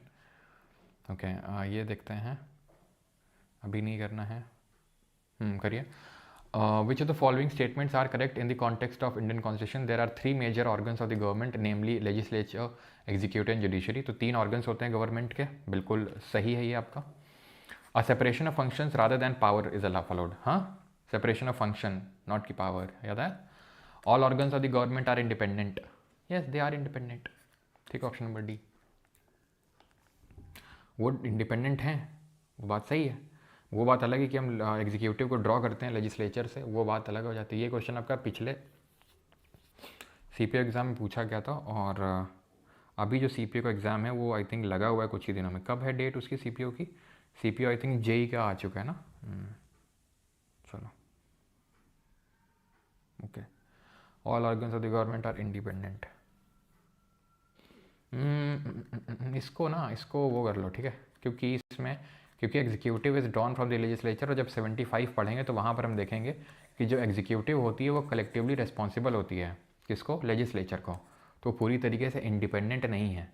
इंडिपेंडेंट होता अगर तो स्ट्रिक्ट सेपरेशन ऑफ पावर होता, जो यूएस में होता है। जैसे डोनाल्ड भैया आंसरेबल नहीं है वहाँ के लेजिस्लेचर को, क्या कर रहे हैं क्या नहीं कर रहे हैं आंसरेबल नहीं है, लेकिन यहाँ पे डिपेंडेंट हैं, क्योंकि अगर कॉन्फिडेंस लूज़ कर देगी गवर्नमेंट तो नो कॉन्फिडेंस मोशन, अविश्वास प्रस्ताव आएगा और सरकार गिराई जा सकती है। कैसे गिरती है सरकार, पार्लियामेंट चैप्टर में पढ़ेंगे, तो यहाँ केवल 1-2 ही सही होगा। फिर ये नहीं करना, भी पढ़ा नहीं है, ये कर सकते हैं बिकॉज पढ़ा है इसको। Not a federal feature of the constitution, तो हमने 2 तरीके के फीचर्स पढ़े थे, एक तो फेडरल और एक unitary.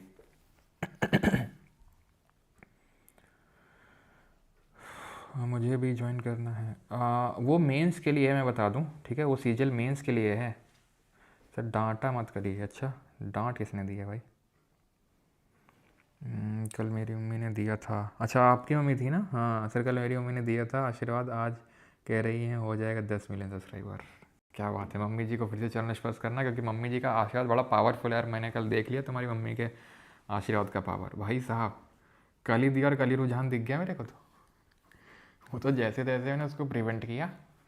Not a federal feature of the constitution, तो फेडरल डुअल गवर्नमेंट है बिकॉज स्टेट में गवर्नमेंट डिवीजन ऑफ पावर भी है। ऑल इंडिया सर्विसेज नहीं है बिकॉज ये आपका यूनिटरी फीचर है। और federation with the unitary bias हमने या फिर सेंटर कहाँ से लिया है? Federation with a strong centre, residuary power vest with centre, C से कनाडा, ठीक है। Which of the following is not a unitary feature? Not a unitary feature मतलब फेडरल फीचर कौन सा है? भारत के संविधान की एकात्मक विशेषता कौन सी नहीं है? कौन सी नहीं मतलब फेडरल कौन सा है? तो बाई कैमरल लेजिस्लेचर फेडरल है, ठीक है, बाई कैमरल वाला फेडरल है। Integrated judicial system, this is unitary. Single unitary. Appointment of governor by president, unitary, ठीक है। Which of the following is a subject under the state list? State list में कौन है? Banking, public order, defence, education. तो हमने देखा था कि जो 42nd अमेंडमेंट हुआ था उससे एजुकेशन को स्टेट लिस्ट से कंकरेंट में ट्रांसफ़र किया गया था। डिफेंस यूनियन का है, बैंकिंग भी यूनियन का, पब्लिक ऑर्डर। ध्यान रखना, दिल्ली एक स्पेशल केस है जहाँ पे लैंड, पब्लिक ऑर्डर, ठीक है, और पुलिस, लैंड, पब्लिक ऑर्डर और जो पुलिस है वो यूनियन के हाथ में है। दिल्ली स्पेशल केस है, मतलब सब में स्टेट लिस्ट के वो है, लेकिन दिल्ली में ये तीनों यूनियन के उसमें आती हैं। क्यों? क्योंकि दिल्ली स्पेशल यूटी है, क्योंकि वो देश की राजधानी है, इसलिए। अब यहाँ पर आपको शेड्यूल के साथ मैच करना है, which the following is correctly matched with the respect to the schedule of constitution. तो 11th powers and responsibility of panchayat, yes. 12th election, no, ये गलत है, गलत पूछा ना, करेक्ट पूछा, तो पहला हो जाएगा बिकॉज 12th में म्यूनिसिपैलिटी है। 10th में डिफेक्शन है, वो लैंग्वेजेस 8th में दिया हुआ है। 9th में लैंड प्रोविजन है, allocation of power between union and state, ये 7th में दिया हुआ है, 7वीं में। Which schedule of the constitution contains provision for the disqualification of legislators under the anti defection law. और आपको बताना है सिर्फ शेड्यूल ही नहीं, कौन सा अमेंडमेंट था वो जिससे कि इसको किया था। सर 11:30 हो गए, बस करिए। अरे बस क्या करिए, क्वेश्चन लगाइए। चलो तो क्या सही आंसर होगा? एंटी डिफेक्शन लॉ की अगर बात करेंगे तो ये 10th शेड्यूल, ठीक है, ऑप्शन नंबर सी सही आंसर होगा। बस 5 क्वेश्चन और कर लो फिर छोड़ देंगे, ठीक है, 5 बस। अच्छा एम्पावर, तो वो जो मेंटोरशिप प्रोग्राम है वो सिर्फ मतलब ये मेंस के लिए है, ठीक है, ऐसा सबके लिए नहीं है। कहाँ गए सारे नेता? हाँ कहाँ गए सारे नेता? बस हो गया, ठंडे पड़ गए। इतनी भक्ति थी तुम्हारी अपने नेता के प्रति, और दिखाओ थोड़ी, और थोड़ी जेब ढीली करो। मुझे तो following statement based on the union list entries is और आर करेक्ट, कौन सा सही है यहाँ पे?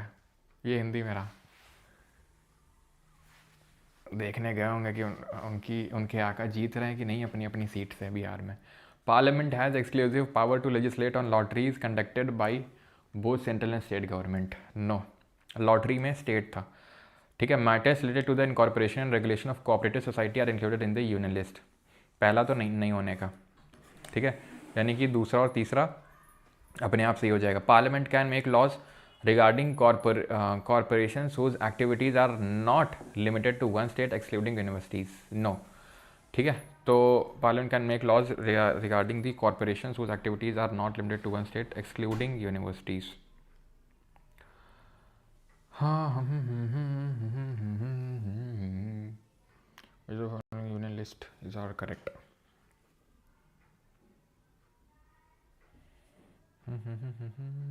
एक सेकेंड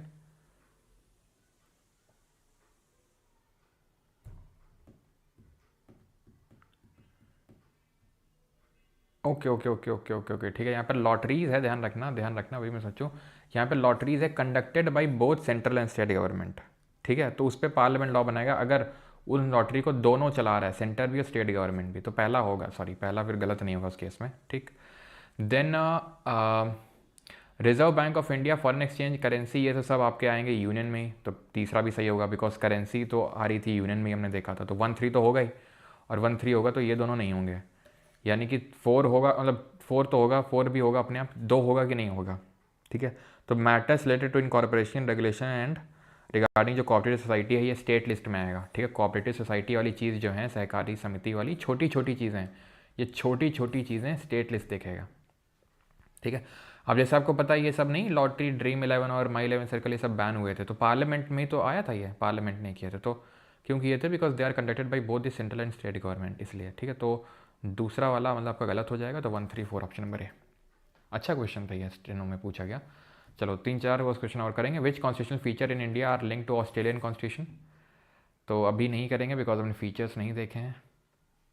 बस ये आखिरी क्वेश्चन कर दो, अच्छा स्टेनो का आखिरी है बस, इसके बाद नहीं बोलेंगे, लास्ट एकदम। ज्योग्राफी के नोट्स कंपाइल करवा दें, अच्छा 400 कमा लिए सर ने, तो और क्या, फूड डालो और पैसा कमाओ। Constitution of why should politicians have all the fun? क्यों? The constitution of India divides the legislative subjects into 3 list. Yes, subjects of protection of wild animals and bird is transferred from to the concurrent list from the state list. Yes, only the Parliament of India can make laws on the subjects under the concurrent list. No, because Parliament and state legislature both can make laws. But अगर दोनों ने बना दिया तो फिर centre का प्रयोग करेगा, स्टेट का सिर्फ एक केस में करता है, और उन्होंने देखा था कब। सो अब जितने भी क्वेश्चन हैं आप खुद से लगाएंगे, क्वेश्चन ठीक ठाक हैं, जो ना बने उसको छोड़ देना, क्योंकि अभी चलो मैच करके दे दो जल्दी से ये वाला, जो ना बने तो समझ लेना कि वो पढ़ा नहीं, अगर एकदम कुछ पढ़ा हुआ टर्म ही ना लगे तो। ओके, आपका ये सेकंड क्लियर हुआ क्या? तो ये नहीं बताऊंगा मैं, ठीक है। सर आपके वजह किसके सपोर्टर हो, आरजेडी या बीजेपी? दोनों की नहीं है। और बताओ, बिहार की जो करंट सिचुएशन है तुम्हें पता है कितनी अच्छी है, कितना अग्रणी राज्य है भारत का, और भारत पे नहीं पूरे विश्व का, और किन किन लोगों ने शासन किया है। मैथ्स इतने सिंपल है तो फिर इतनी दिक्कत क्यों होती है आपको डिसीजन लेने में? First schedule, tears of old PM, T तो टेरिटरी है यहाँ पर, ठीक है। Names of the states and union territories and their territorial jurisdiction, यानी कि फर्स्ट का डी हो जाएगा। Third schedule TEA affirmation and oath किस में है? बी में है ये, ठीक है। थर्ड शेड्यूल, थर्ड फिर से आ गया है थर्ड, कुछ तो यार वो मिसप्रिंट होगा। सेवन्थ की अगर बात करेंगे तो सेवन्थ में है आपका ए, तो मतलब ये DB, तो ये मतलब C से होगा ये, ओके। मतलब ये थर्ड नहीं, ये सिक्स्थ होगा फिर ना, ओके ये फिफ्थ होगा, fifth excluding north east state. Sixth में तो वो है ना, और सिक्स्थ में तो ट्राइबल एरियाज है ना, ठीक है, शेड्यूल एरियाज एंड ट्राइब्स है, तो DBCA हो जाएगा, DBCA, और इसको सिक्स फिफ्थ करना, ठीक है, थर्ड नहीं। चलिए भाई, थैंक यू। बाकी आप क्वेश्चंस करेंगे, ठीक है, क्वेश्चंस ठीक ठाक नंबर में है। बाकी जिन लोगों को बैच लेना है, यानी कि रिकॉर्डेड, क्योंकि कल वाली तो मैंने पब्लिक कर दी थी बिकॉज फर्स्ट लेक्चर भी था इसलिए भी, तो ये आप ले सकते हैं। कोर्सेज सेक्शन में जाइए परमार अकेडमी ऐप और वेबसाइट पे। और जिन लोगों को भी मेडिटेशन वगैरह करना होता है तो वो सफ़र 3.0 को ज्वाइन कर सकते हैं, मैं आपके उसके लिए बोल रहा हूँ। बाकी तो उसका प्राइस आपको पता ही है क्या है, किस लिए मैं करवाता हूँ, ठीक है। तो अगर आपको करना हो तो आप कर सकते हैं सुबह 6:30 बजे, और सफ़र चैनल को भी ज्वाइन कर सकते हैं आप। खैर, तो इसमें क्या है, बैच में आपको सारी चीज़ें मिल जाएंगी अगर एक्सेस लेना है तो, और अगर आप दोनों बैच का एक्सेस ले रहे हैं तो परमार 4.0 कूपन का यूज़ कर लीजिएगा। Thank you. मिलते हैं, अब मंडे को मिलेंगे, और रिवीजन करके रखिएगा। 2 दिन का ब्रेक है, that is Saturday Sunday as usual, और मंडे को हम मिलेंगे, पार्ट 1 ऑफ कॉन्स्टिट्यूशन से स्टार्ट करेंगे। Okay, all right. देखना अभी, सुना कुछ सुना है तुमको, देखना। झेलना पड़ा हर बार की 43 सीटों वाली छोटी पार्टी है। रोना गाना लगा हुआ है भाई। कौन जीत रहा है? BJP 84, RJD 34। हो चलो भाई, तो थैंक यू एवरीवन, और रिवीजन करते रहिए, ठीक है। Thank you.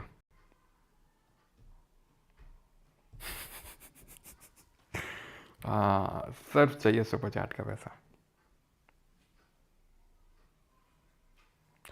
हाँ, बिहारी ने, देखो इन्होंने सही क्वेश्चन पूछा, बिहारी स्पाइडी ने। सर सारे बोलते हैं ये पार्टी खराब है, ये खराब है, तो सेलेक्ट किस बेसिस पर करा जाए ये बताओ ना प्लीज़। यही मैं बोलना चाह रहा हूँ, ये अच्छा क्वेश्चन है, this is the good question. बस मैं इतना बोल रहा हूँ, जिस भी पार्टी को सेलेक्ट करो, जिस भी पार्टी को सेलेक्ट करो, चाहे वो कोई भी हो, उससे क्वेश्चन पूछो। ये नहीं कि कोई क्वेश्चन पूछ भी रहा है तो उसको एंटी नेशनल और ये सब फालतू की चीज़ें उसको बोलो, चाहे वो BJP हो, चाहे कांग्रेस हो, चाहे आम आदमी पार्टी हो, चाहे RJD हो, चाहे जनसुराज हो, कोई भी हो, जिसको चुन के भेज रहा है उससे क्वेश्चन पूछो। अच्छा कह रहा है, अच्छा कर रहा है तो अच्छा बोलो उसको, और बुरा कर रहा है तो क्वेश्चन करो। और तुम लोगों के साथ, मतलब हम लोगों के साथ क्या है कि जो कर भी रहा है क्वेश्चन, उसको भी हम अपोज करने लगते हैं। तो पार्टी कोई बेकार नहीं है, बेकार हम लोग हैं, क्योंकि हम सवाल नहीं पूछ रहे हैं उनसे। जो हम मांगेंगे वो देंगे। अगर हम बोलेंगे कि स्कूल बना के दो, तो स्कूल के नाम पे वोट पड़ेगा, जात के नाम पे वोट नहीं पड़ेगा। तो फिर लोग स्कूल बनाएंगे, समझ रहे हैं? आपके यहाँ जात वो बात नहीं करेंगे। उनको पता है जब सस्ते में काम हो जाता है, जब उनको इंफ्रास्ट्रक्चर बिल्ड किए बिना ही वोट मिल जाना है, तो फिर क्यों फालतू में अपना पैसा खर्च करें? उसी पैसे से वो अपनी समृद्धि करेंगे, अपने बच्चों को विदेश में पढ़ाने भेजेंगे, अपना पूरा सब शीश महल और फलाना महल बनाएंगे। क्यों खर्चा करेंगे जब उनको पता है कि बातों के खेल से ही वोट मिल जाना है? ये समझो, ये मैं बताना चाह रहा हूँ, ठीक है। बाकी तो आप लोग समझदार हो ही। मिलते हैं मंडे को, थैंक यू। वहीं पे दिख जाएगा आई थिंक, अमित पाल, वो आई थिंक स्क्रॉल करोगे ना, लास्ट में दिख जाएगा, ठीक है। हाँ,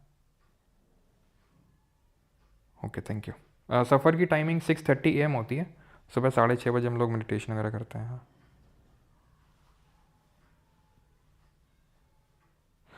हाँ, कार्तिकेय शुक्ला, वो क्लासिकल लैंग्वेजेस हैं, क्लासिकल अलग हैं और 8 शेड्यूल वाली लैंग्वेज अलग हैं, ओके। हाँ,